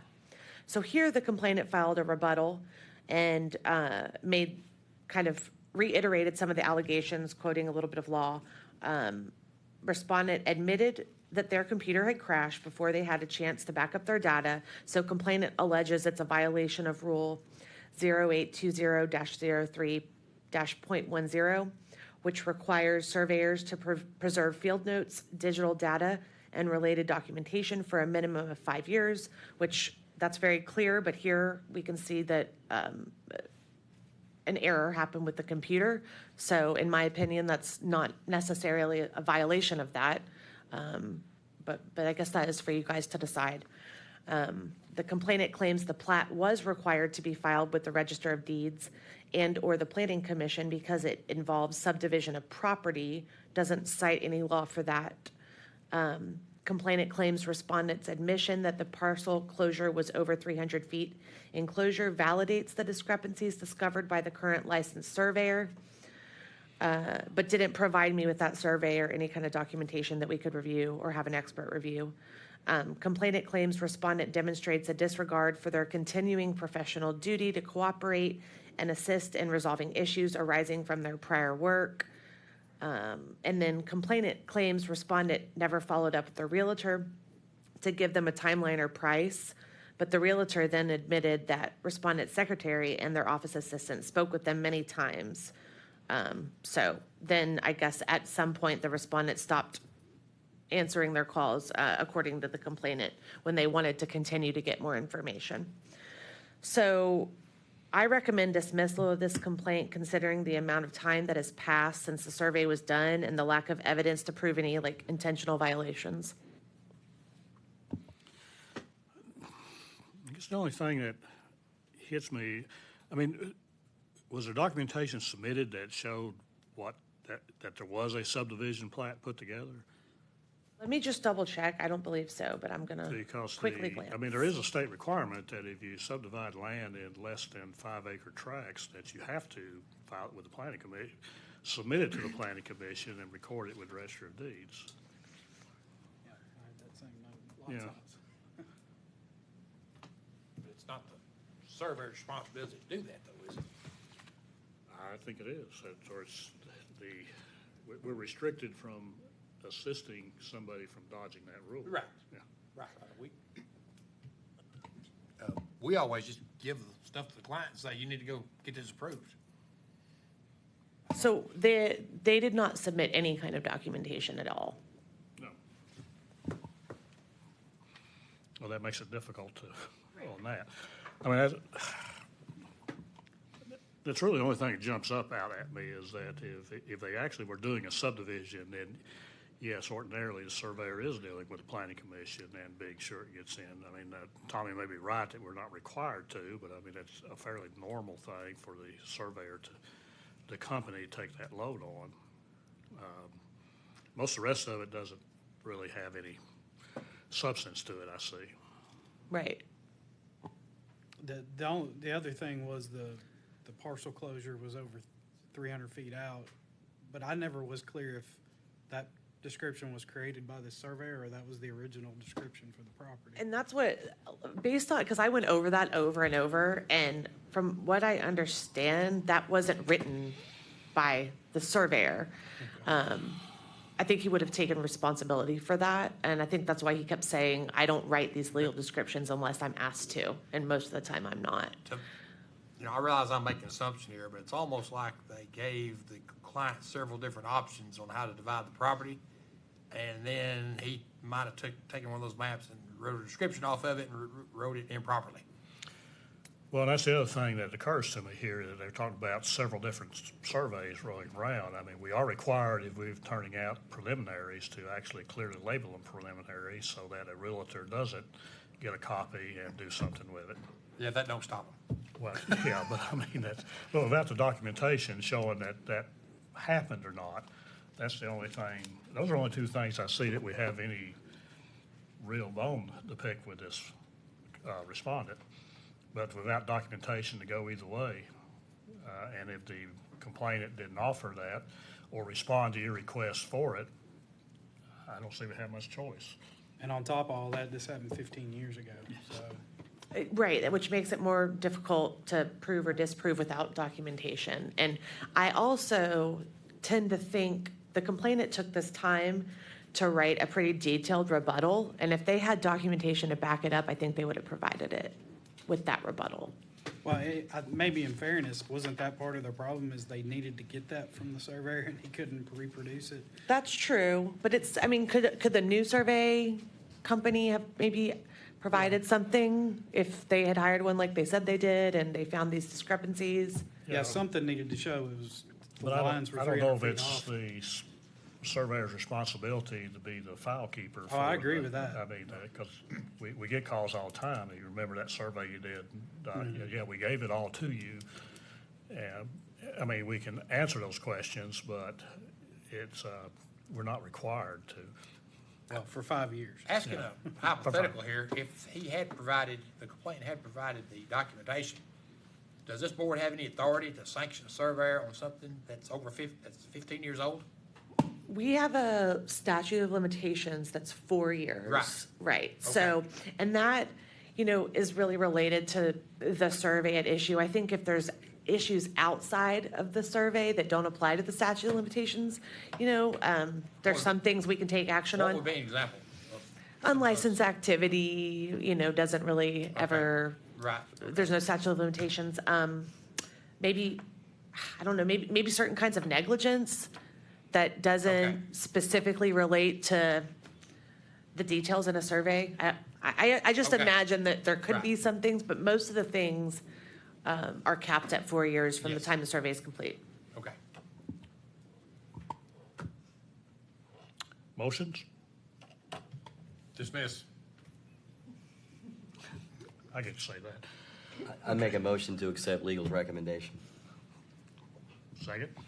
Second. All in favor of the motion as presented, say aye. Aye. Very well. Okay, so that covers all of our new complaints. We did have a complaint that we went over during the last meeting, that the board decided to hold in abeyance until we could have the full board present. It's really long. If the board is okay with it, I could summarize it. The summary might be sort of a little long for a summary, but I'll do the best that I can, unless you want me to read the whole thing. I don't think, I don't have any desire. Or I don't have to read any of To it. read the whole thing, maybe not even a summary. I mean, we really, did we put any preliminary thoughts on it that you recorded, or? No, really, I don't think we talked about anything outside of maybe making some comments about the website language. But honestly, I think we left everything for the full board to discuss. Okay, do you all require a summary, or? No, I've read through it several times. Well, I'll let you start off since you weren't here last time due to technical, the Teams wasn't working, so that's why we postponed it till you could. I know Tommy and I kicked things around a bit during the meetings. Well, and I appreciate that very much. Because this is a world I've done a lot of work in my career, and very familiar with everything. And I guess the biggest question I would ask as it applies to this is, if you took the word drone out and inserted some other tool, would we have a problem with the unlicensed practice? So if you said, instead of drone, you said RTK rover, and they produced a topo map. Correct, and I think that's it. It doesn't really matter the tool if you're doing what. I know my feeling was that this was a violation of the statute. Says that you cannot advertise that you're doing surveying or offer surveying unless you are a registered surveyor. And the wording that they have on their website and all that they're producing, and as I understand it, they actually adjusted the wording of it the way, but in any case, they keep calling it something, it's still surveying. Right. Regardless of what they can't cover it, in my opinion, just by changing what they're calling it. If they are collecting ground shots to produce a topographic map, that is very definitely inside of the definition of land surveying. And so in my opinion, they're in violation of offering surveying without a license, and their product is surveying. I agree completely. And I think a lot of unlicensed businesses that do things like that think that, well, I have a disclaimer or a disclosure, and I think it's important for us to make it clear that you can't disclaim that away. Just because you say, I'm not a licensed land surveyor, I will work with a licensed land surveyor. It doesn't change all of the things that you're advertising. Yeah, absolutely. It really right. means nothing. Yeah, you can't contract your way out of that. You still, so I mean, my opinion was, yes, what's our options here? Because again, this is a surveyor's practicing without, I mean, this is somebody's practicing surveying without a license. Where do we come in? So our options are giving them a warning in the form of a letter, or issuing a civil penalty. I do want to mention that the respondent has definitely advertised.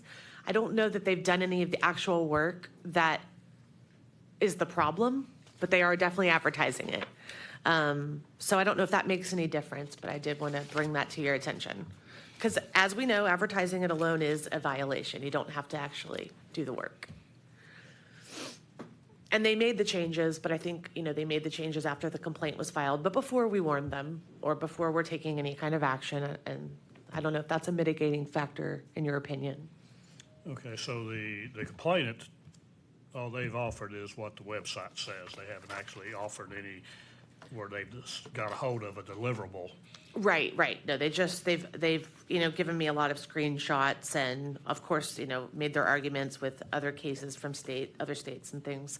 But no, there's not been any proof of any actual work I did kind of lay out one of the jobs that they mention on their website themselves, but that is beyond my expertise to understand if that is a project that would fall in the unlicensed category or not.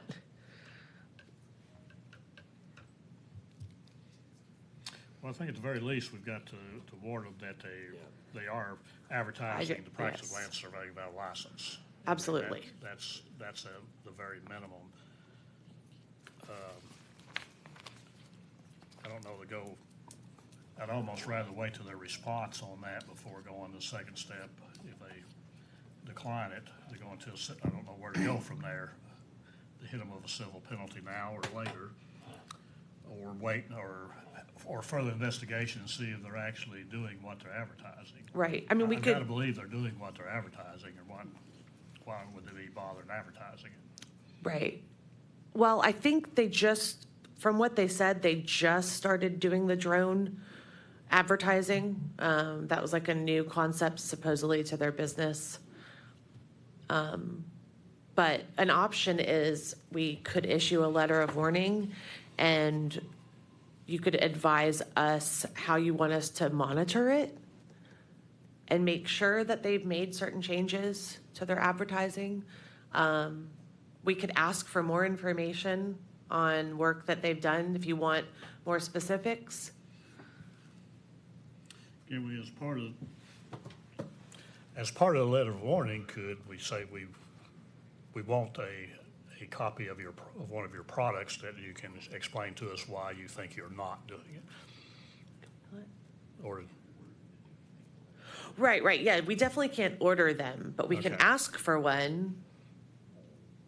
And Well, I mean, other than that, I think it needs to be a pretty strong response. I mean, this is something that's got national repercussions, and the complainant mentioned all the court cases, which we're familiar with these cases and how they're going into it. And different states, it has different, sharps and flats that calls it up to thing. But in Tennessee, though, if we just stick with Tennessee, the definition of land surveying to me is absolutely clear that what they're advertising is land surveying, and under that statute, they need to quit. Right. And I think I would go ahead and mention that, yes, disclaimers are insufficient to give you comfort. Stating that you will consult with a surveyor when you feel that you need one is insufficient, and partnering with a surveyor to do it, or offering to partner with a surveyor on specific jobs is insufficient. By my understanding of the law and part of what we just discussed for the better part of his memory, if they're going to advertise surveying, they got to have a surveyor on staff who is designated and disclosed as being in responsible charge. Right. It can't be an outside consultant that comes in occasionally. Now, they can partner on a job somewhere they want to, but the advertising of that does not give them any relief in my mind. Those would be the points that I'd want to make in that. Right. And it would be helpful if the board could advise me on the things that need to come out of their advertising. Okay. Do we have? I've given pretty good detail on the things. Here, I can just. Basically terrain modeling, basically. Yeah. That's what they've changed it to, isn't it, to the terrain? Let's see. Hold on. Let me see what they've changed it to. There's a lot of stuff in here.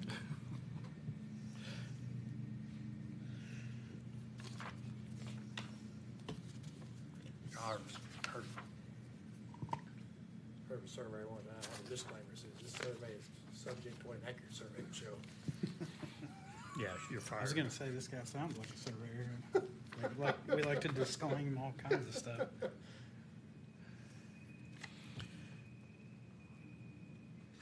I wonder, would I be able to, if they were to vote on a letter of warning,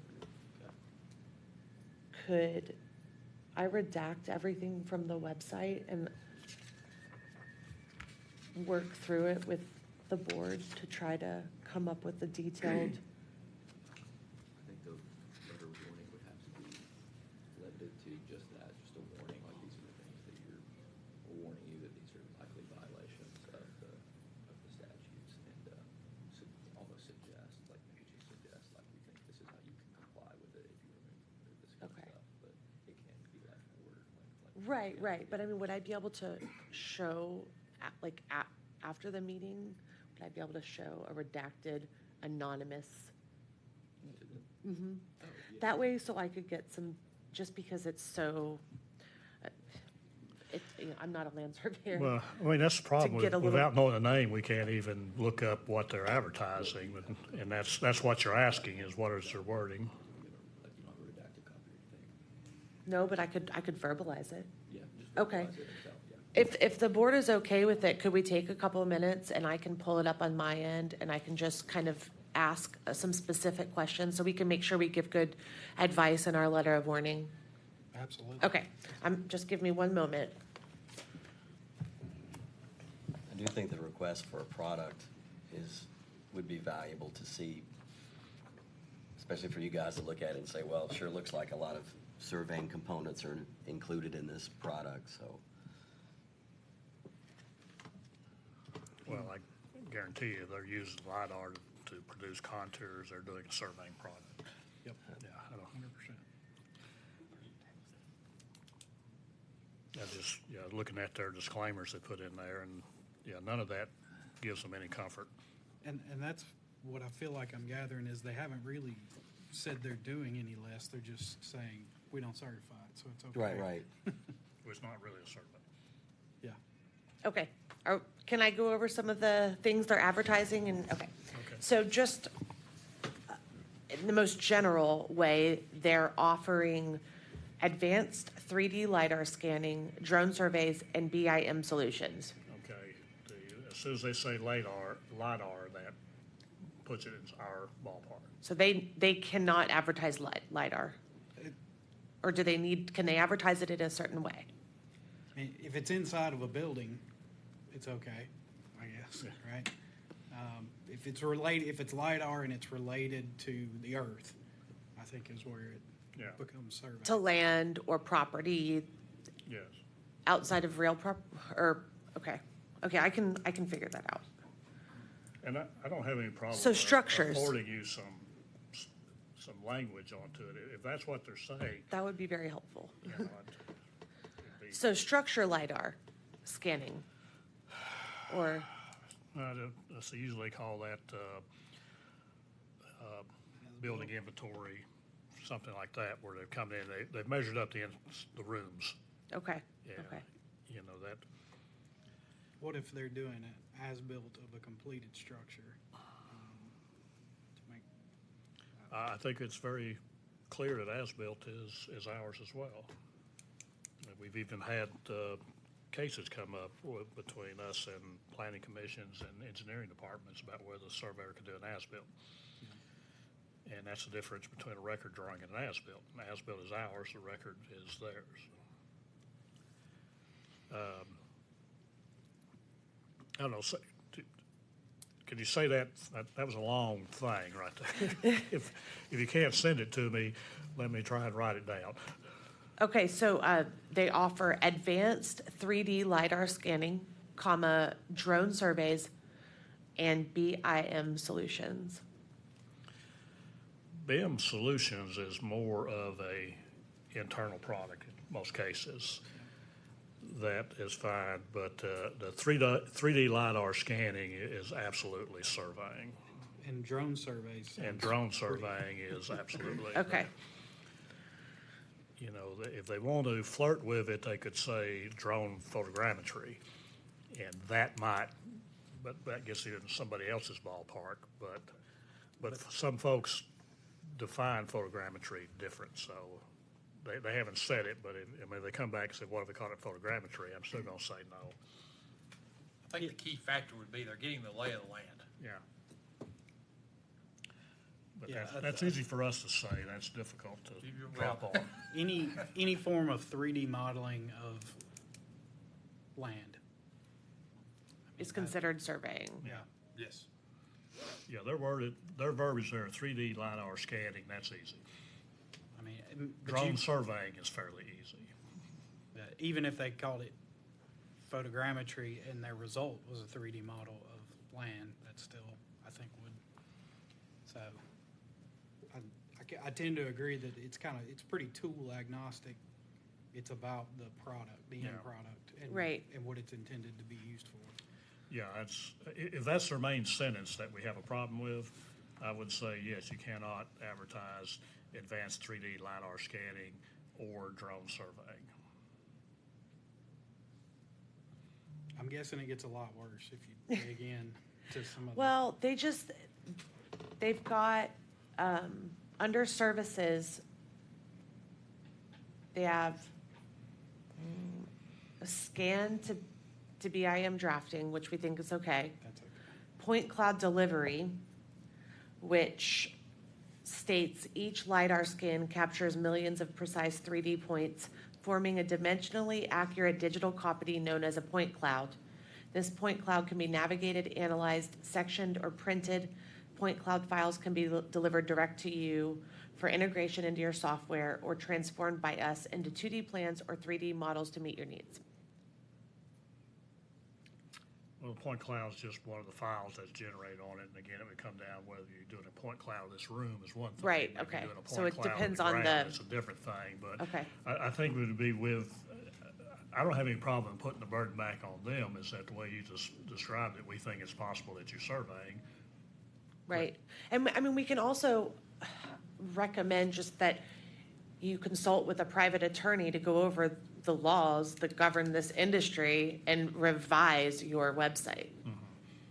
But anything that involves producing, I mean, do we want to get specific, say, if you're turning out contour maps of the land, you're surveying? That'd be an easy way to say it. Can you say that one more time?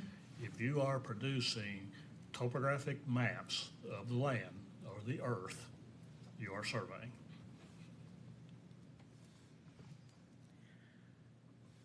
So I want to play devil's advocate just for a moment.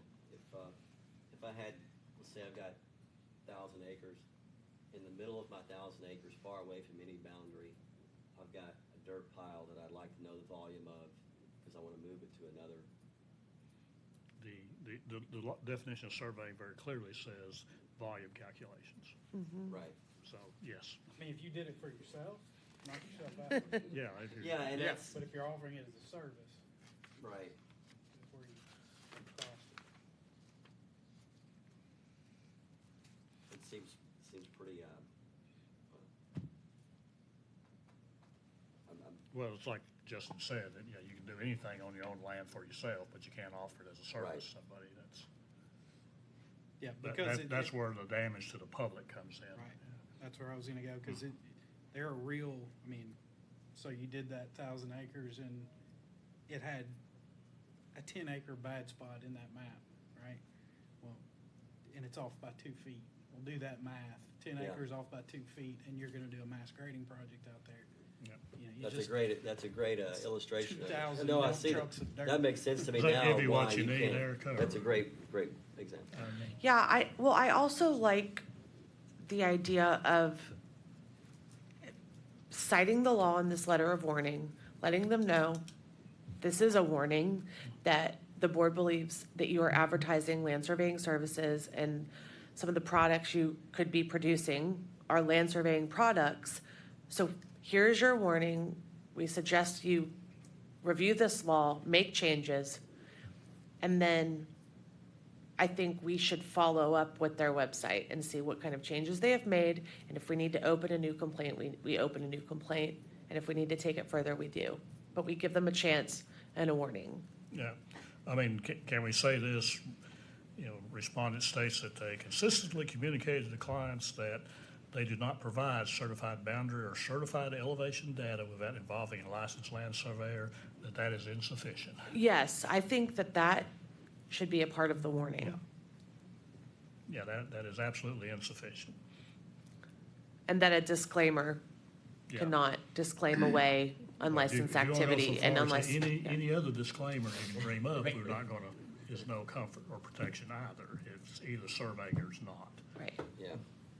It's a definition, it's not the tool, it's the definition, so. And the respondent has welcomed the board's input. I just want to remind everybody about that. That's kind of where this discussion is coming from. Now, it sounds like they need to hire a surveyor from.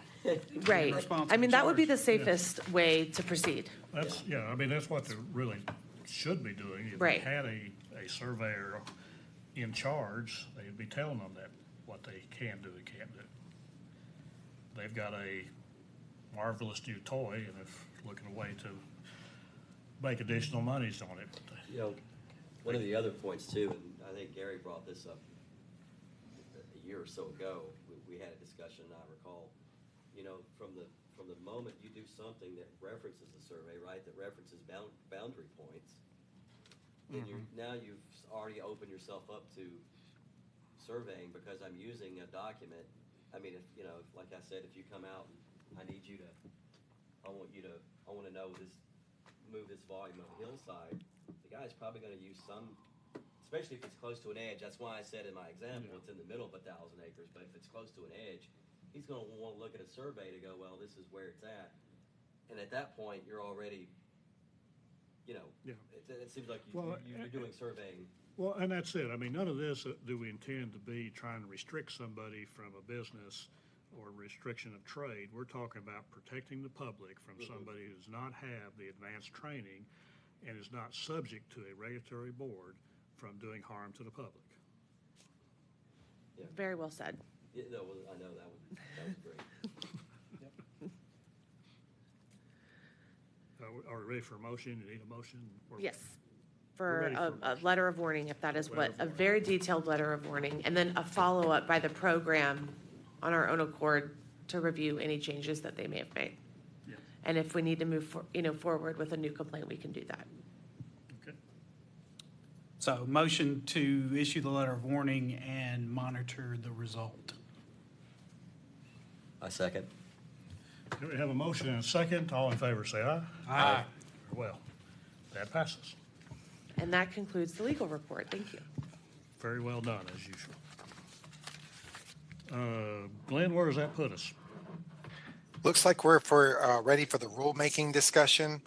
And just real quick to remind everybody, you're probably thinking, well, didn't we just have that? That was we had a rulemaking hearing. Yes, we did have that. This was just, after the fact. Gary, you mentioned to me at one point that once we get done with this rule package, that rulemaking hearing signifying that we may want to open up discussion about, another one down the road. So this is just more introduction to introduce maybe some things you'd like to see in another rule package. The retrospective, again, was just that low hanging fruit. That's stuff that we're not trying to aggressively rewrite the rules, but looking for that stuff that is either out of step or in contradiction to other places, or no longer pertinent to maybe to how business is conducted in the industry. So now that's been dispatched with, and that's moving on and will continue in the pipeline. This is just simply an opportunity for the board to discuss rulemaking, maybe in particular or writ large. And it seems like in the past, one of the things that I've noticed in the board is that rules will typically kind of go piecemeal, sort of, someone has a notion about something that needs to be changed, and then that seems to be the time to do that. The only problem with that, though, is, as you know, rulemaking is very expensive. Our board, we play close to the margins, and we really want to make the best use of it. If we're going to have a rules making package, that's an opportunity, kind of like in the spirit of retrospective, to have a package and get all those things in a thoughtful way that you would like to introduce. I know in the past, TAPS has also been has introduced recommendations, and the board has adopted some of those things, and that's fine. But also just a reminder to the board that rulemaking does belong solely with the board. That would be your prerogative, and for those things that you want to adopt, you're absolutely welcome to do that. Boards work with associations all the time, and And that's fine. But please keep in mind that if there's two or more members working or at an association meeting, let's say, that would constitute a meeting. So we want to make sure we do all that on the record. So if the board is inclined to adopt something, just keep in mind that we'd have to do that in the public square, and we'd have to do that in an open forum here at our regular meeting. So, and this is our opportunity to start discussing how we bake that bread. So, Gary, if I haven't already butchered it for you, and you'd like to begin that process, please feel inclined.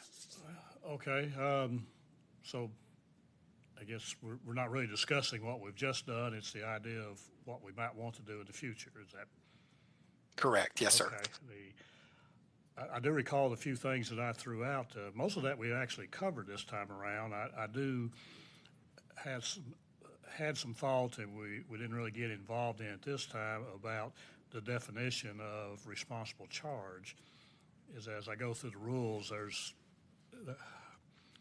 there's a little ambiguity in there that we may need to look at and see that we come up with a better description of what constitutes responsible charge to support the stuff that we've just put into the current rule changing.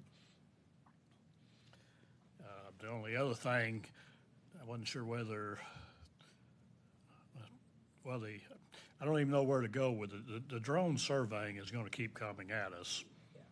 And I feel like it's covered under surveying pretty securely right now, and that makes me, on the one hand, I don't want to mess with it if it's not broke, but if it's something that we need to better clarify, is a thought to kick around. Even that difference between when does it cross over to being photogrammetry, since we're not really, that's not even mentioned in our rule, I don't believe. And in Tennessee, photogrammetrists are not registered, but they do have certifications that they take onto it. So they have the advanced training, but they don't have the regulatory. So.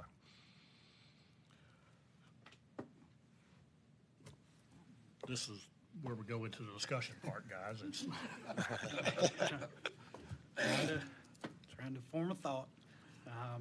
Well, and this, we don't need to solve that this time. This is just want to get the ball rolling. Is this something we need to think about and bring up and have some thoughts on it? Well, as far as the aerial survey side of things, I've often wondered why this board doesn't have any regulatory position on that. And I think it's a product of, back before drones and things like, and some of the higher end sensors that are available now. For starters. You mean photogrammetry and stereoscopes and? Yeah, or even the early LiDAR sensors. Two things were true. One, this wasn't something that the general public employed as a tool, right? There was a more sophisticated client that knew what they were asking for. So the need didn't seem to be there to regulate it as much. And obviously the companies that did it had to invest a great deal into providing that service. So, that they tended to self-regulate to some degree.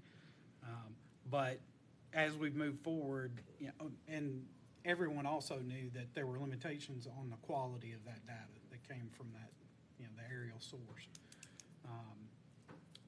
And that's changed a lot.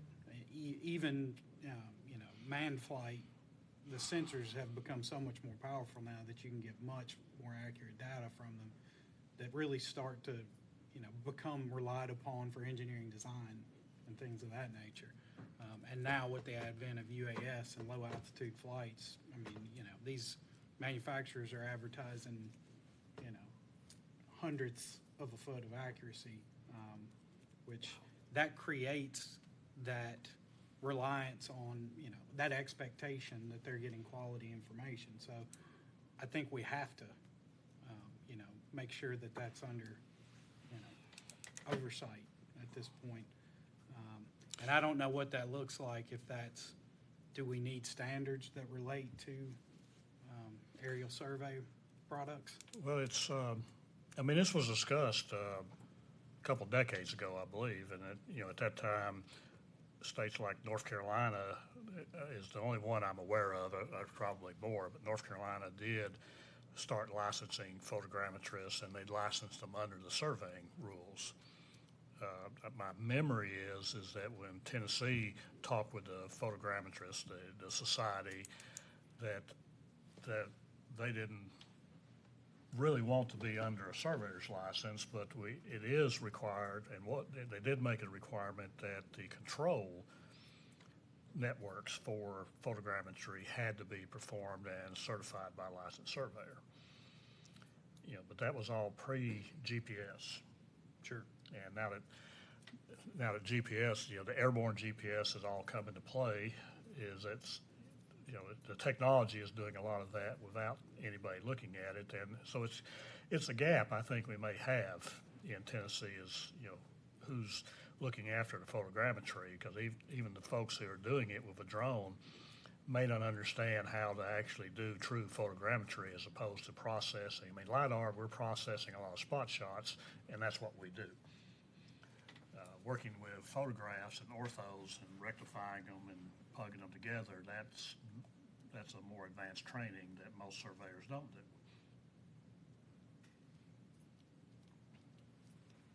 Florida also licensed photographers. Okay. The license is actually professional surveyor and mapper. And I think Virginia does now, don't they? Or they're in the process. One of the other. I think Virginia has a mapping portion, but I don't know. I don't recall if that was specifically aimed toward photogrammetry. Well, I think we're getting back into the tools versus the product. I think aerial survey altogether is an area where you produce topographic maps of the ground, which I think we've argued very sternly that falls under the definition of land surveying. Right, and I have no problem with that, because I know in photogrammetry, before LiDAR, it was the stereoscope and tracing contours based on how they lined up on the ground. It was a very specific skill, but it was not processing spot shots as we understand it. And I mean, that is kind of the difference. Of course, nobody does it that way anymore because the LiDAR is so much more efficient. But then using the photogrammetry to come up with building corners and things is a little more specialized skill that the LiDAR will sometimes take care of. So, I mean, there is a gap there, I think, in protecting the public, in the fact that the photogrammetrists are required to have advanced education or are certified as photogrammetrists, but in Tennessee, they're not licensed as photogrammetry. The only thing missing there is that regulatory body. Well, and I don't know that they're required to be certified. I mean, there's nobody. A lot of them are. They're certified photogrammetrists from the ASPRS, but I don't know that anybody's requiring them other than the client, right? Right. As a consumer, why would I hire a photogrammetrist? Like, what would I want? What would they do at my house? I got 5 acres. What would they just? Well, they're almost doing it when the realtors take a drone and take a picture and say this is what it looks like. But then the difference between taking a picture and saying I took a picture and taking a bunch of pictures and knitting them together, that's a little more skill. But then the technology, the computers are getting to the point where they do it without us anyway. You're right.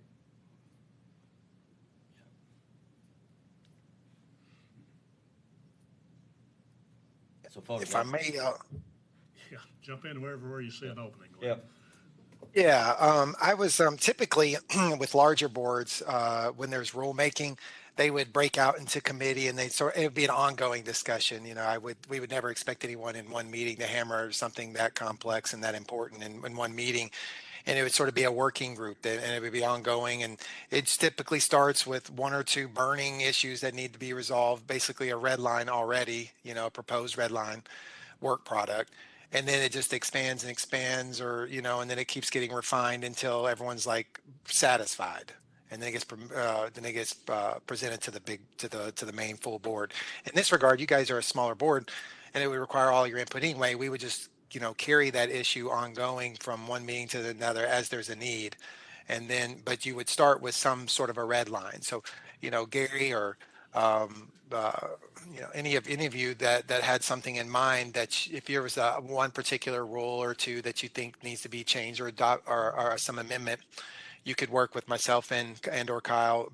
I would say both. Obviously, Kyle would be responsible ultimately for that red line. And then as we work through that together, we can answer all of those questions. Is there any legality issues or concerns or anti-competitive things that we're worried about?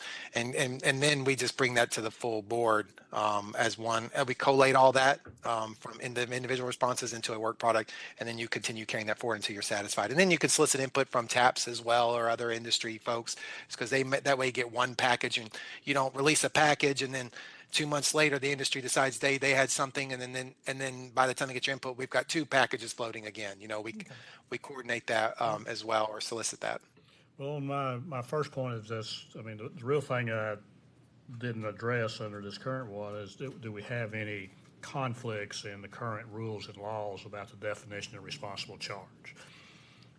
And some of that I can look at just from where I was already doing some research and submit Kyle some questions that these are ones I'm not sure about. And or is it really a conflict? Does it need clarification?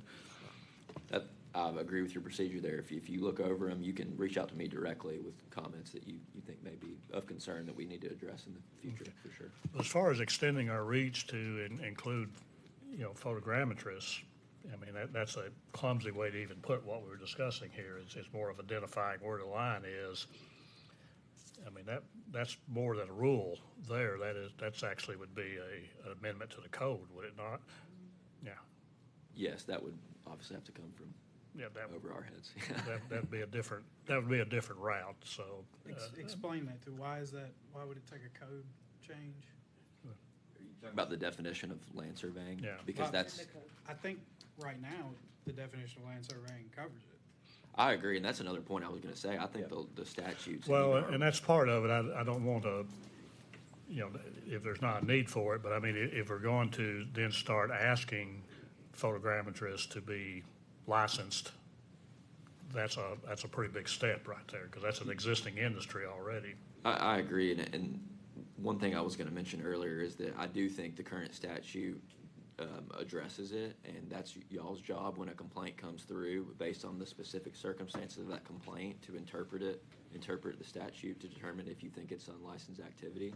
So I think that's exactly what has happened today. I don't necessarily think that there needs to be an expansion of a lot of stuff, because I think the statute in place, like as you said, is able to be interpreted to cover that stuff. That was my original thought, was that, and you just kind of confirmed what I thought was really is that we have sufficient law to cover it. It's just a matter of if somebody has a complaint because the public has been damaged, and then we can get involved and interpret at that time. So yes. So we have defined what is surveying, and we can determine. It's more of, I think someone has to come back and say that our definition is being interpreted too broadly. Correct. And that's on them to propose that, right? I mean, yeah. If they believe that. Well, I'll do what I was thinking about on the responsible charge, and other than that, is there any? This is just something to keep thinking about and bring up and see where we want to go with those, or get some ideas. Is there anything else that we need to attach? Do we have anything from the public at this time? If not, I think we can move on, Glenn. Yep. All right, great. The next item, Kyle, will be his section, was the Sunshine Law presentation. And then of course we have public or new business and public comments after that. Kyle, do you need a recess, or did you want to get after it? It's want to make sure you have what you need.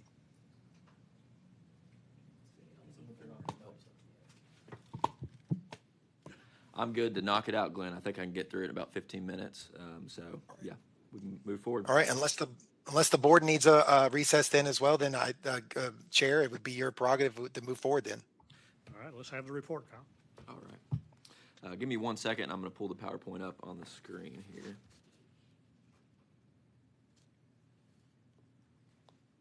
We'll see if this works. IT set me up.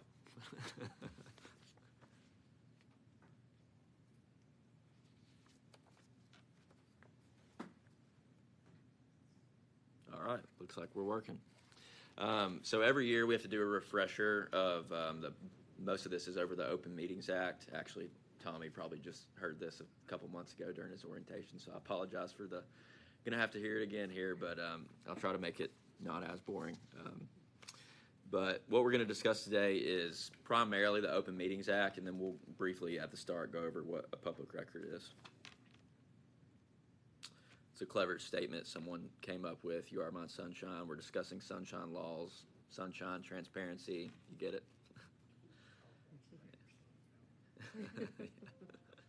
That's just a quick disclaimer. This is only general guidance. If you have any specific questions, you're always welcome to reach out to me. Just briefly, we're going to talk about what is a public record. Public record is any document, papers, letters, maps, books. It also includes media, photographs, films, sound recordings, and electronic data as well. The only thing that is a good example of what is not a public record is the devices or equipment where those records are displayed. So, for example, like the iPads you have, that iPad in itself is not a public record, only the data displayed on it. Okay, and that was pretty much it, just a brief refresher on public records. We'll get into the Open Meetings Act now. Here is a little introduction slide. You can see the topics we'll be covering include what is the Open Meetings Act, what is the definition of a meeting, and when that law is triggered, and then what's required for the meeting. That entails really just the notice requirements of our meetings, and then what happens if the Open Meetings Act is violated.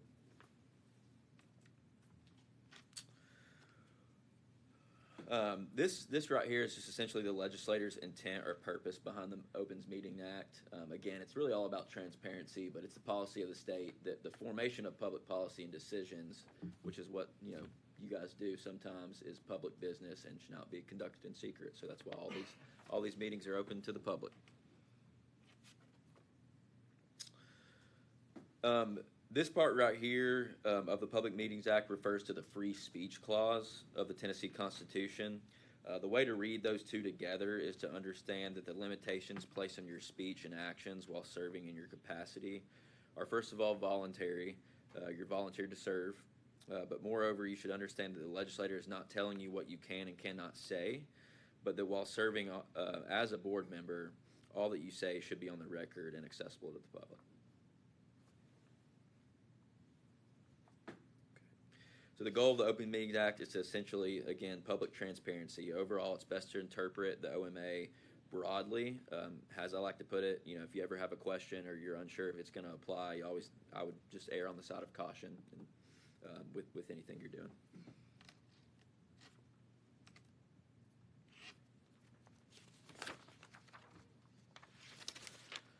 Okay, so the previous section said that all your policies and decisions are public business. So now it's essentially telling you that every meeting that you have between two or more members is public business. So what is a governing body? A governing body, by definition, is just some kind of public body.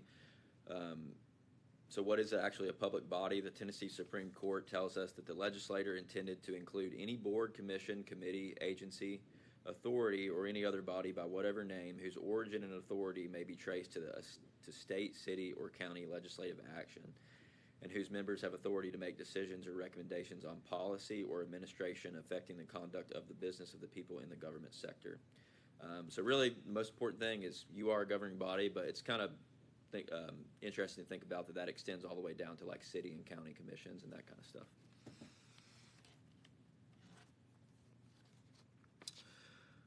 Okay, so what is a meeting? Here you do have the definition of a meeting. Every single meeting we have here is included in this definition, so you should keep that in mind. And then also, it doesn't apply to this board, but some other boards have like subcommittees, and you may have had that in the past, but those are also meetings. So when you have those subcommittee meetings, that has to be open to the public as well.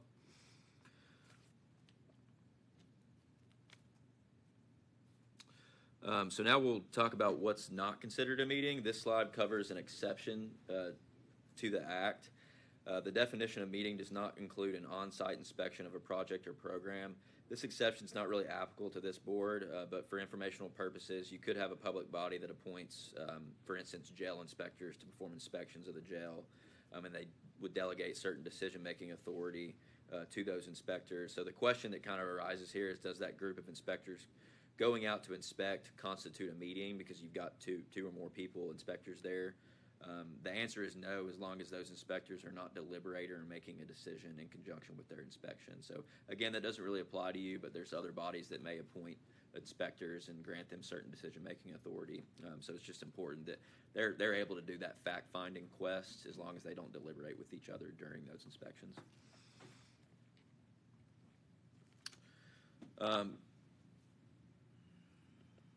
So a meeting does not include a chance meeting of two or more members. The biggest thing here is that if you have a chance meeting with another member, you cannot discuss board business. If you did discuss board business and the chance meeting turns into a meeting under the OMA, the Open Meetings Act, I know it's inevitable that some of you may be friends, you're obviously colleagues in the industry, and you may run into each other, and there's nothing wrong with that. Just, keep in mind if that does happen and you have phone conversations, you just cannot, don't discuss board business when those are happening, those chance meetings.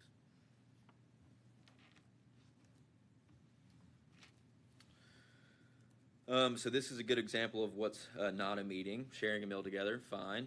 Golfing together, looks like we got dancing together right there as well. So that's okay. That would also not be considered a meeting, but I like golf. If you're on the golf course, just remember, don't deliberate or discuss any board business if you're out there hitting the links. So. Shouldn't be difficult. No, yeah. Focus on your golf game.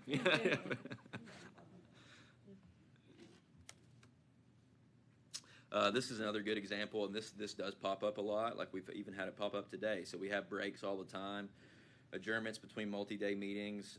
Of course, you're going to be around each other during this time. Again, the most important thing is when they have these breaks or lunch breaks, or if you're staying overnight in a hotel, when it may be a time where we have to have a multi-day meeting. Just remember, don't discuss board business outside of the actual meeting.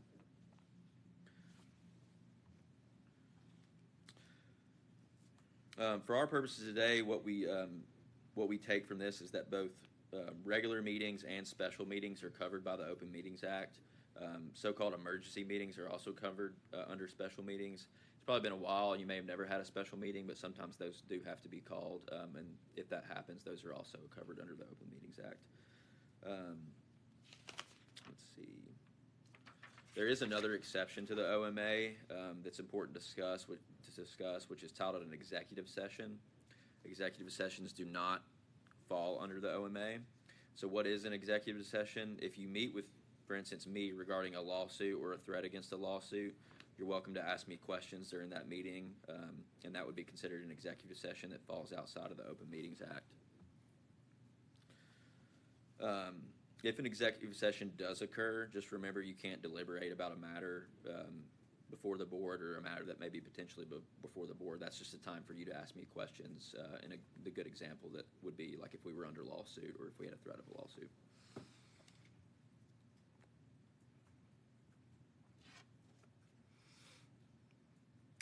So this is an example of something that's not an executive session. This probably came from an actual factual. Came from an actual factual basis here, but.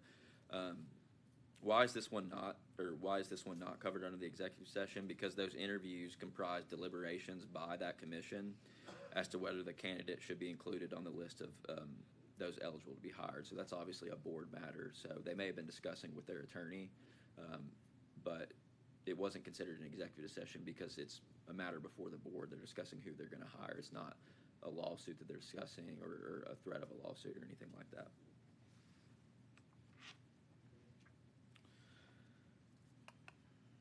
You recall we discussed, skipped over something. So now we're going to cover electronic communication in conjunction with the Open Meetings Act. This example shows what is okay and what is not okay. So if one of you emails the chair and says, here's a news article, I'd like something included on the next agenda, totally fine. But what you can't say is, here's a news item about one of our licensees, we should consider revocation. As soon as you have that last portion there, that's deliberation. So it's fine for you to send that first portion. You're just saying, I want to put this on the next meeting agenda, but you can't say, this is bad, we need to consider taking action in this certain way.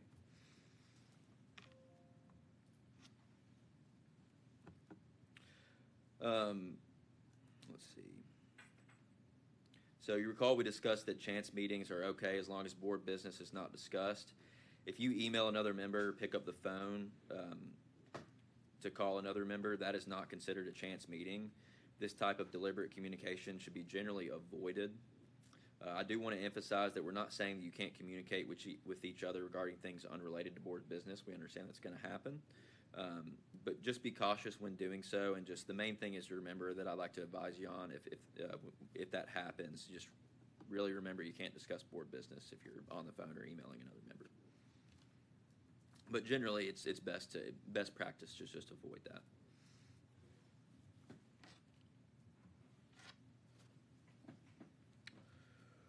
So this slide right here covers electronic participation by board members during a meeting. The thing to keep in mind when we have a board member participating electronically during a meeting are that all votes must be roll call and that members participating electronically must be identifiable by name throughout the meeting. So this slide also covers more things related to electronic attendance by board members. Important things to note: if you're attending a meeting by virtual means, you are considered physically present for the purposes of voting. But the other thing to keep in mind is that the board must at least meet once a year with a physical quorum present.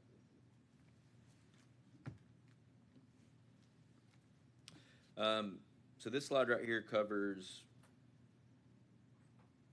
some case law about the Public Meetings Act, that it just should be construed broadly. So if you're unsure whether something will be considered a meeting, just remember to err on the side of caution.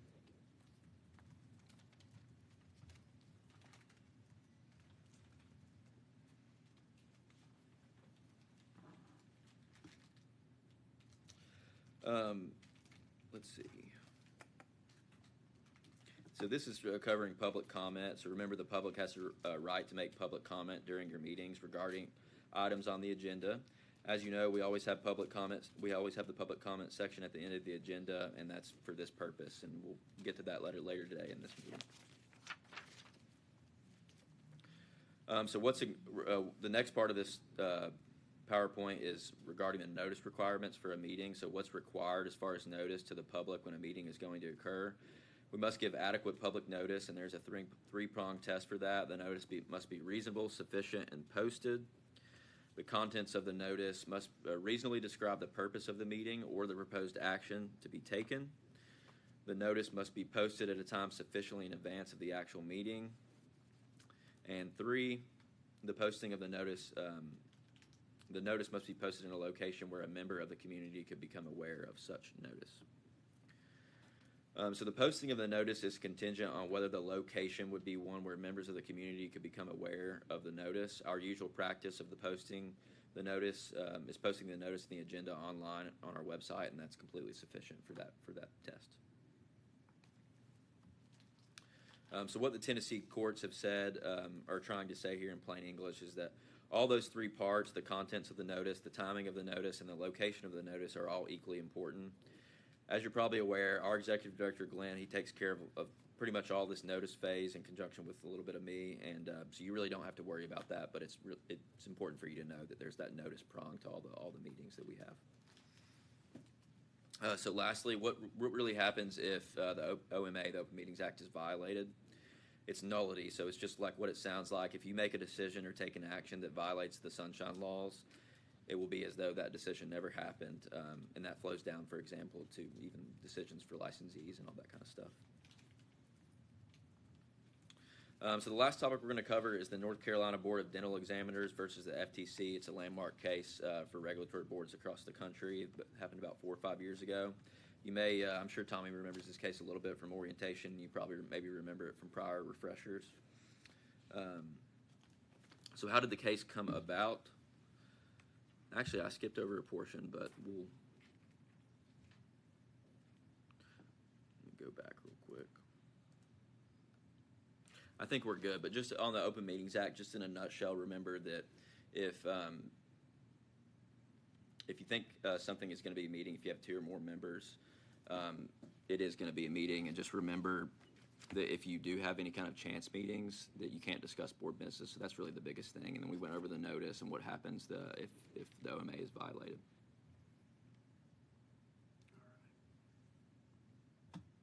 All right, now we get to the case. So how did this case come about, and why is it important? A little background here. The board issued 47, the North Carolina Board of Dental Examiners issued 47 cease and desist letters to non-dentists about their teeth whitening services.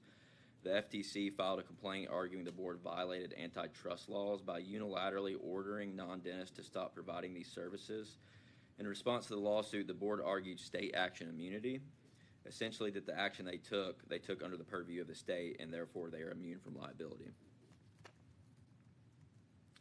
So this case went all the way to the Supreme Court. The Supreme Court rejected the board's state action immunity defense because, and this is what they said, the board did not receive active supervision by the state when it interpreted the act as addressing teeth whitening and when it enforced that policy by issuing cease and desist letters to non-dentist teeth whiteners.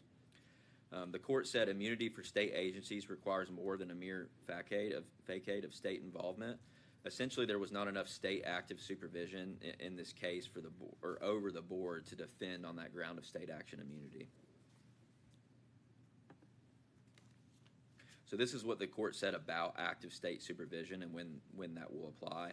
Active supervision need not entail a day-to-day involvement in an agency's operations or micromanagement of its every decision. Rather, the question is whether the state's review mechanisms provide realistic assurance that a non-sovereign actor's anti-competitive conduct promotes state policy rather than merely the party's individual interests. So how did Tennessee respond to this case and ensure that you all have active state supervision when you're making your decisions? In 2021, we established supervising officials. So who are the supervising officials? That would be the commissioner of our department and any of his designees. So for our case, that's likely, Reed Witcher, who's the assistant commissioner of the regulatory boards. So by statute, here's the role of supervising official. Each supervising official shall ensure that the actions of regulatory boards that displace competition are consistent with a clearly articulated state policy. So here's the process for a supervising official to evaluate your actions. The supervising official shall evaluate whether the action may constitute a potentially unreasonable restraint of trade that requires further review. If the action does require further review, there is a process implemented, as you can see there. So all this said, really, the NC Dental case was a landmark case for regulatory boards across the country. But since then, Tennessee has taken action to cover everybody and cover you all, and has enacted laws to ensure that you all have that state active supervision. So if someone even were to make an argument something was anti-competitive and didn't support, a certain policy, we have those state active supervising officials that will review your decisions and determine if that action supports a specific state policy or not. And even if someone were down the road to even argue more about that, you would have that immunity defense because they didn't get it in that case because they didn't have that state active supervision. But we've got it. You've got it squarely now, so you would be able to have that defense even if it came up. So it's not really all that said. It's not something you should worry about because we've got all the processes in place to where you have that you meet that state active supervision test. So that's it. If you have any questions for me on the Open Meetings Act, that case, or any kind of public records questions, any of you members are welcome to reach out to me directly, and I can explain anything further. Any questions? No questions on that. Maybe an observation, or maybe it's a question. Typically at the TAPS annual meeting, they have us do a hour or two presentation for a credit where we discuss and just answer questions for it. But usually maybe Phil will attend to help us out, or Glenn, but my understanding was that that's never considered a public meeting. I don't know what all that entails. Why don't you I would suggest send Glenn an email and all and I can look over it. That's probably the best way to do that. Yeah. Really just kind of making ourselves available to TAPS and maybe giving them a rundown of how we do business and what's happened in the last year, maybe how many complaints, that kind of thing. And then we just take questions from the floor. Gotcha. Okay. Yeah, I'd have to look at that and think about it a little bit. So if you could email Glenn just kind of what goes on, and then we can take a look at it. Okay. I'm trying to get this to come off. Give me 1 second.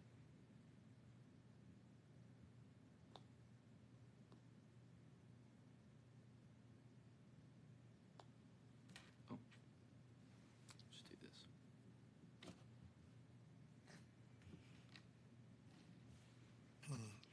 while he's doing that, thank you, Kyle. Just really briefly to touch on Gary's point. What you're talking about, Gary, is outreaches, that staff will conduct with the members and membership with those associations. A lot of the industries do that. Other programs do this as well. Deliberation on board business is really what's in view and what Kyle was focusing in on, and then that's also why we typically begin those outreaches with the disclaimer too that those positions, if any stated, would be those of the individual members themselves and not of the board, because obviously we're not deliberating. We don't have any applications in front of us. We don't have any rules in front of us. We're not discussing, any of those type of matters at all. There's regulatory trends that are, broadly speaking. There's publicly available information such as licensing numbers that will be offered, and then just the regulatory scheme of Tennessee to include the department structure, formation, and how all of that's done. More informative than anything else, but there's nothing that we would deliver in those cases. And even on top of that, we're adding those disclaimers in case anyone was to think that we were inferring or trying to somehow offer some sort of position on a particular matter that has not been deliberated in the public square. Thank you. Does that move us on to new business? Looks like you guys have 3 PDHs that you'll want to vote on for today's meeting, in addition to whatever else that you may have before we move on to public comment.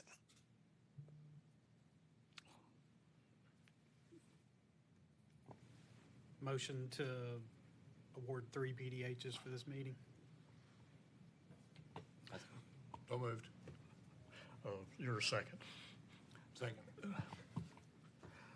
All in favor of giving ourselves 3 PDHs for this meeting, say aye. Aye. Aye. Very well, thank you. Now, do we have any other new business, or I see a thing here about public comment? Do we have folks? Where do we go from here, Glenn? What we'll need to do is we'll want to read Melanie or Alex, if you guys could just see if there's anyone that signed in at the podium. If not, then Alex, if you want to look in the chat box and see if anyone signed online. And then we'll give them their 3 to 5 minutes. And if not, then we would be free to adjourn, but we just have to pause for that. It looks like we have one. Mr. Cleveland? I'm hungry. You got 2. It's almost good afternoon now. Thank you for the opportunity to approach you. I have 2 questions. I'm in a new position with a company, and the way this and there's a lot of discussion regarding the way I think these questions will be addressed when the new rules go into effect. But during that time period, we all know that can take some time. So a couple questions have come up in our local chapter and generally sometimes across the state that directly affects the way many companies do business in Tennessee. Does paragraph 1 of responsible charge of service, the way it's currently written, does this paragraph mean that only the principal or officer of the corporation can sign a survey? Okay, that's the way I've interpreted it as well. Tommy's shaking his head no.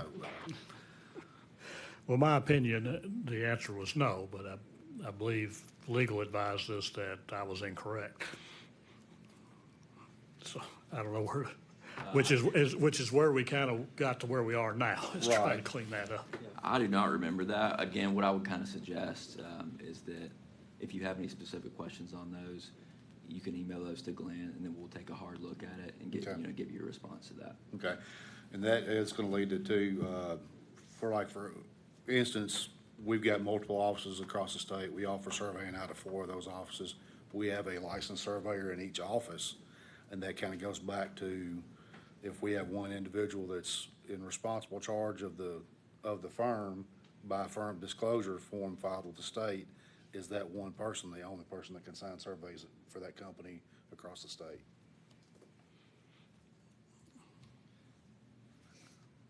So I think Yes. Go ahead, Glenn. Sorry.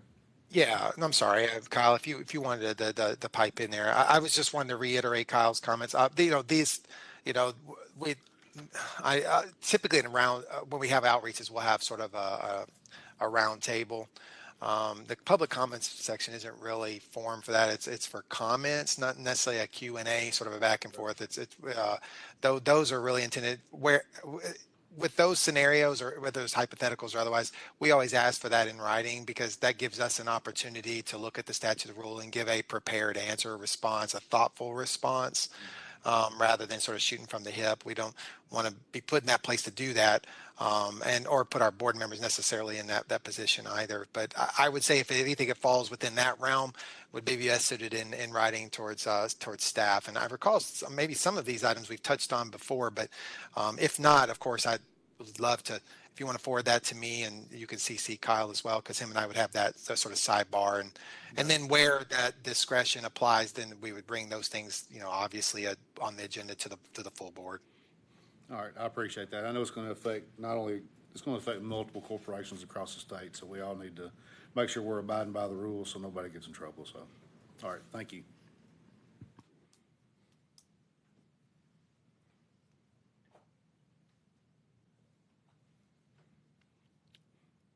Do we have anyone else in the audience?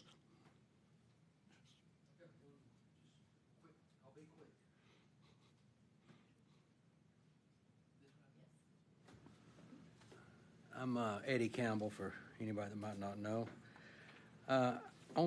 Under general property, talking about the new rules now. Under general property survey, it's not related to it. It's a clarification on what does this rule mean. Are you discussing the rule making hearing? Because that portion No. has been, okay. No.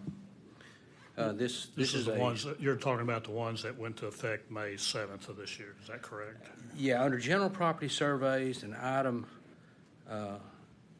H, monumentation requirements, and 6 underneath there.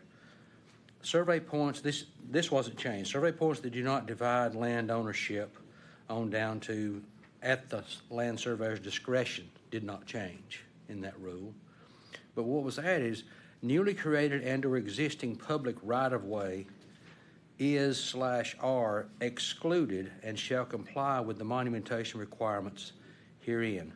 My question is, oftentimes I have to follow behind civil engineers and that sort of staff that can get a little carried away with line work sometimes, and I spend a lot of time correcting line work of engineers.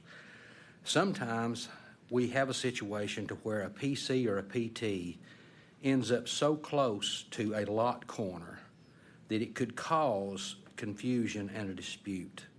And I have always, for a long, long time, decades, I have always avoided setting something that could create a problem for a layperson trying to put up a fence or something like that. So I've opted to set the corner and leave the PC or PT or what it might be as an unmarked point. Do I still have the leeway under this additional sentence to this rule to do that? And another scenario would be a big farm or something in rural Tennessee, and maybe you imagine you went west to the eastern margin of a roadway, and then you followed this roadway and you made beautiful tangents and perfect curves for the alignment of that right-of-way all the way back maybe a mile or so to the northwestern corner of this property. Do each and every one of those PCs and PTs have to be monumented under this new sentence to this new rule? And I'll stop and listen. And I guess my question now is, do I get to throw out my interpretation of that, or? I mean, that's up to you, but I would suggest that we, again, this is like Glenn stated, this really isn't the time for Q&A. You guys can, absorb what he just said, and then we can have him submit that in writing, and then I would advise you to allow me to look at it as well. That way we can come with, Okay, I guess because this is a question that comes up just when people run into me in the hallway of things too, and things in which I'm not shy about telling them what my opinion is on it, particularly when I'm by myself of it. But I believe where you're headed for, Mr. Campbell, is you would like something official so that you have something to stand on, which I can see that when we have, I understand the confusion when people have, and I have it as myself. So I will agree with that. Best thing to do is to submit that officially so that we can do it as a real action. Okay. As opposed to what we're doing here, and then that will give us a chance to discuss it in open forum and with Kyle looking in way of the law as well. And then that way, at the end of it, this is the first step of getting it into an official action of you bringing it up as new business. Yeah. So let's treat it that way. And Okay. Well, it's important because I appreciate the approval of my continuing education courses for this year's seminar, and I have want to a make sure group. that you say it right when you tell them. Yeah, I have a group of surveyors that sort of show up for my seminar every year, and they count on me for answers to these kind of questions. And I'm not the only one with this question. So that's Well, I that's where understand. I am. Even when they ask me and in my own seminars those questions, I'm not shy of telling them what my interpretation is, but also qualifying I'm not in charge when it's just Gary standing here anymore near. But this is a good step where we actually could issue a definitive statement that we could add to our presentation and say, yes, it was considered and went on. So Okay, so an email to Kyle is my next step. You can email Glenn, our executive director, CC me if you want, and then yes, we can potentially get that on the agenda for. Thank you. Thank you. We have one on the chat.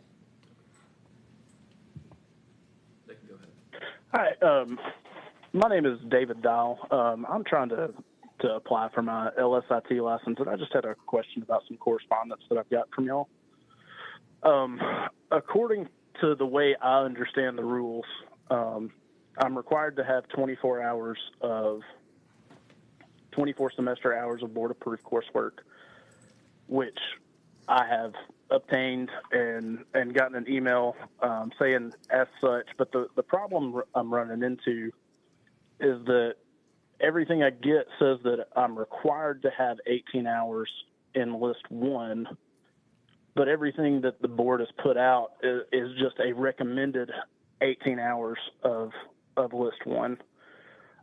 In essence, I'm just trying to figure out what the board's official stance is, and if I could get some clarification on that and kind of help anybody else that may be in my situation to where there's a little bit of conflicting information floating around. I think I can step in there, Kyle, if it helps, and then you can, if you want to, if you had any, if you, of course, if you have some preliminary thoughts, go ahead, jump in there. I'll pause for just a second, but I had a couple things. Just want to kind of denote on that. You go ahead, Glenn. Yes, there isn't any confliction. The confliction may be the application perceived, and what I mean by that is the statute says board approved coursework. So board approved would be 2 or more members deciding, which is a majority land surveyor members deciding whether or not that those courses qualify. So it's them exercising their judgment, their discretion, how they see fit. And so that's and many of our members historically, not all, but some have decided that to aid with that process, because you don't want to just it be if you're an applicant, it can be that can be create some anxiety if you don't know what clears the bar just without any delay. And so they offered as a job aid the QE course, the QE course listing. And what that is, what you're describing, it's the expedite only, meaning if you have 18 hours Right. in those upper level, then it's boom, you're out the door. All right.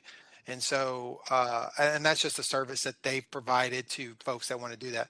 However, the board can still exercise their discretion because it's board approved coursework, and there's nothing in rules that says it must be 18 hours above within that upper level. So now if they choose not to exercise their discretion because they don't believe that it was comprehensive enough in their estimation, that discretion afforded to them, then they can deny or defer that application until that's reached. And so there's no contradiction. It's just if you don't have it in that first that upper level, then it's up to that board member to decide. And board members must have 2 majority to make that decision, exercise their discretion afforded to them. And so that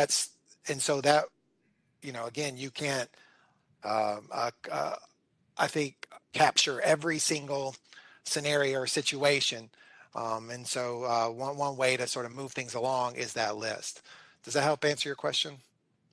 It does, and that's where I'm coming from. Is I've got the notice of application deficiency, and it says an additional 12 hours complete in level 1, with a 6 additional required for a total of 18. I've since gotten one approved for a total of 15 hours, and I sent some course descriptions back to the board about a month ago, trying to get another one approved, and never heard anything back. So that's where I'm getting my wires crossed, is the letter of deficiency stating that I have to have 18 hours in this level 1. Well, that would just be the notes from our board members. That would be a board member exercising their discretion to say, in this case, we want 18 hours in those upper level courses. Okay. And if that's the case, then at that point we would be bound by that decision. But we haven't.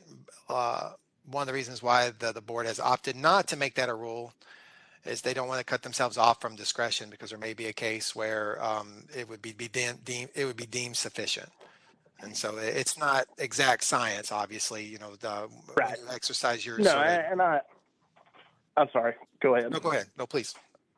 I was going to say, I understand that, and I completely understand.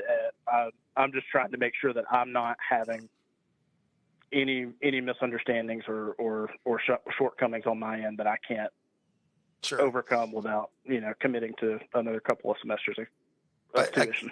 And then back to Kyle's point too, for yourself and obviously anyone else in the industry or public, if there's a specific question as it relates to anything that would require board deliberation, which would include application reviews, those can just be sent to writing to myself or to the board, which would eventually trickle itself down to me and to Kyle to assist with those matters as well.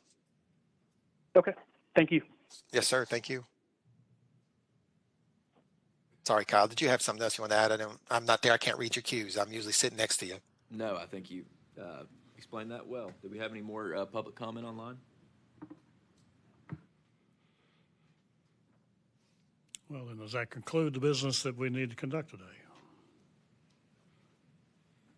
Glenn, anything more on the agenda? No, sir. Just wanted some acknowledgement from, I guess, Alex or Melanie. Is there anyone else in the chat? If not, then and there's no one else present, then Chair, based on that information, you would be free to adjourn, since we've already approved the agenda. It would be your prerogative to do that. Well, in the absence of any other comments or people in the chat box or in the audience that have comments to make, then we stand adjourned. All right. Thank you, sir.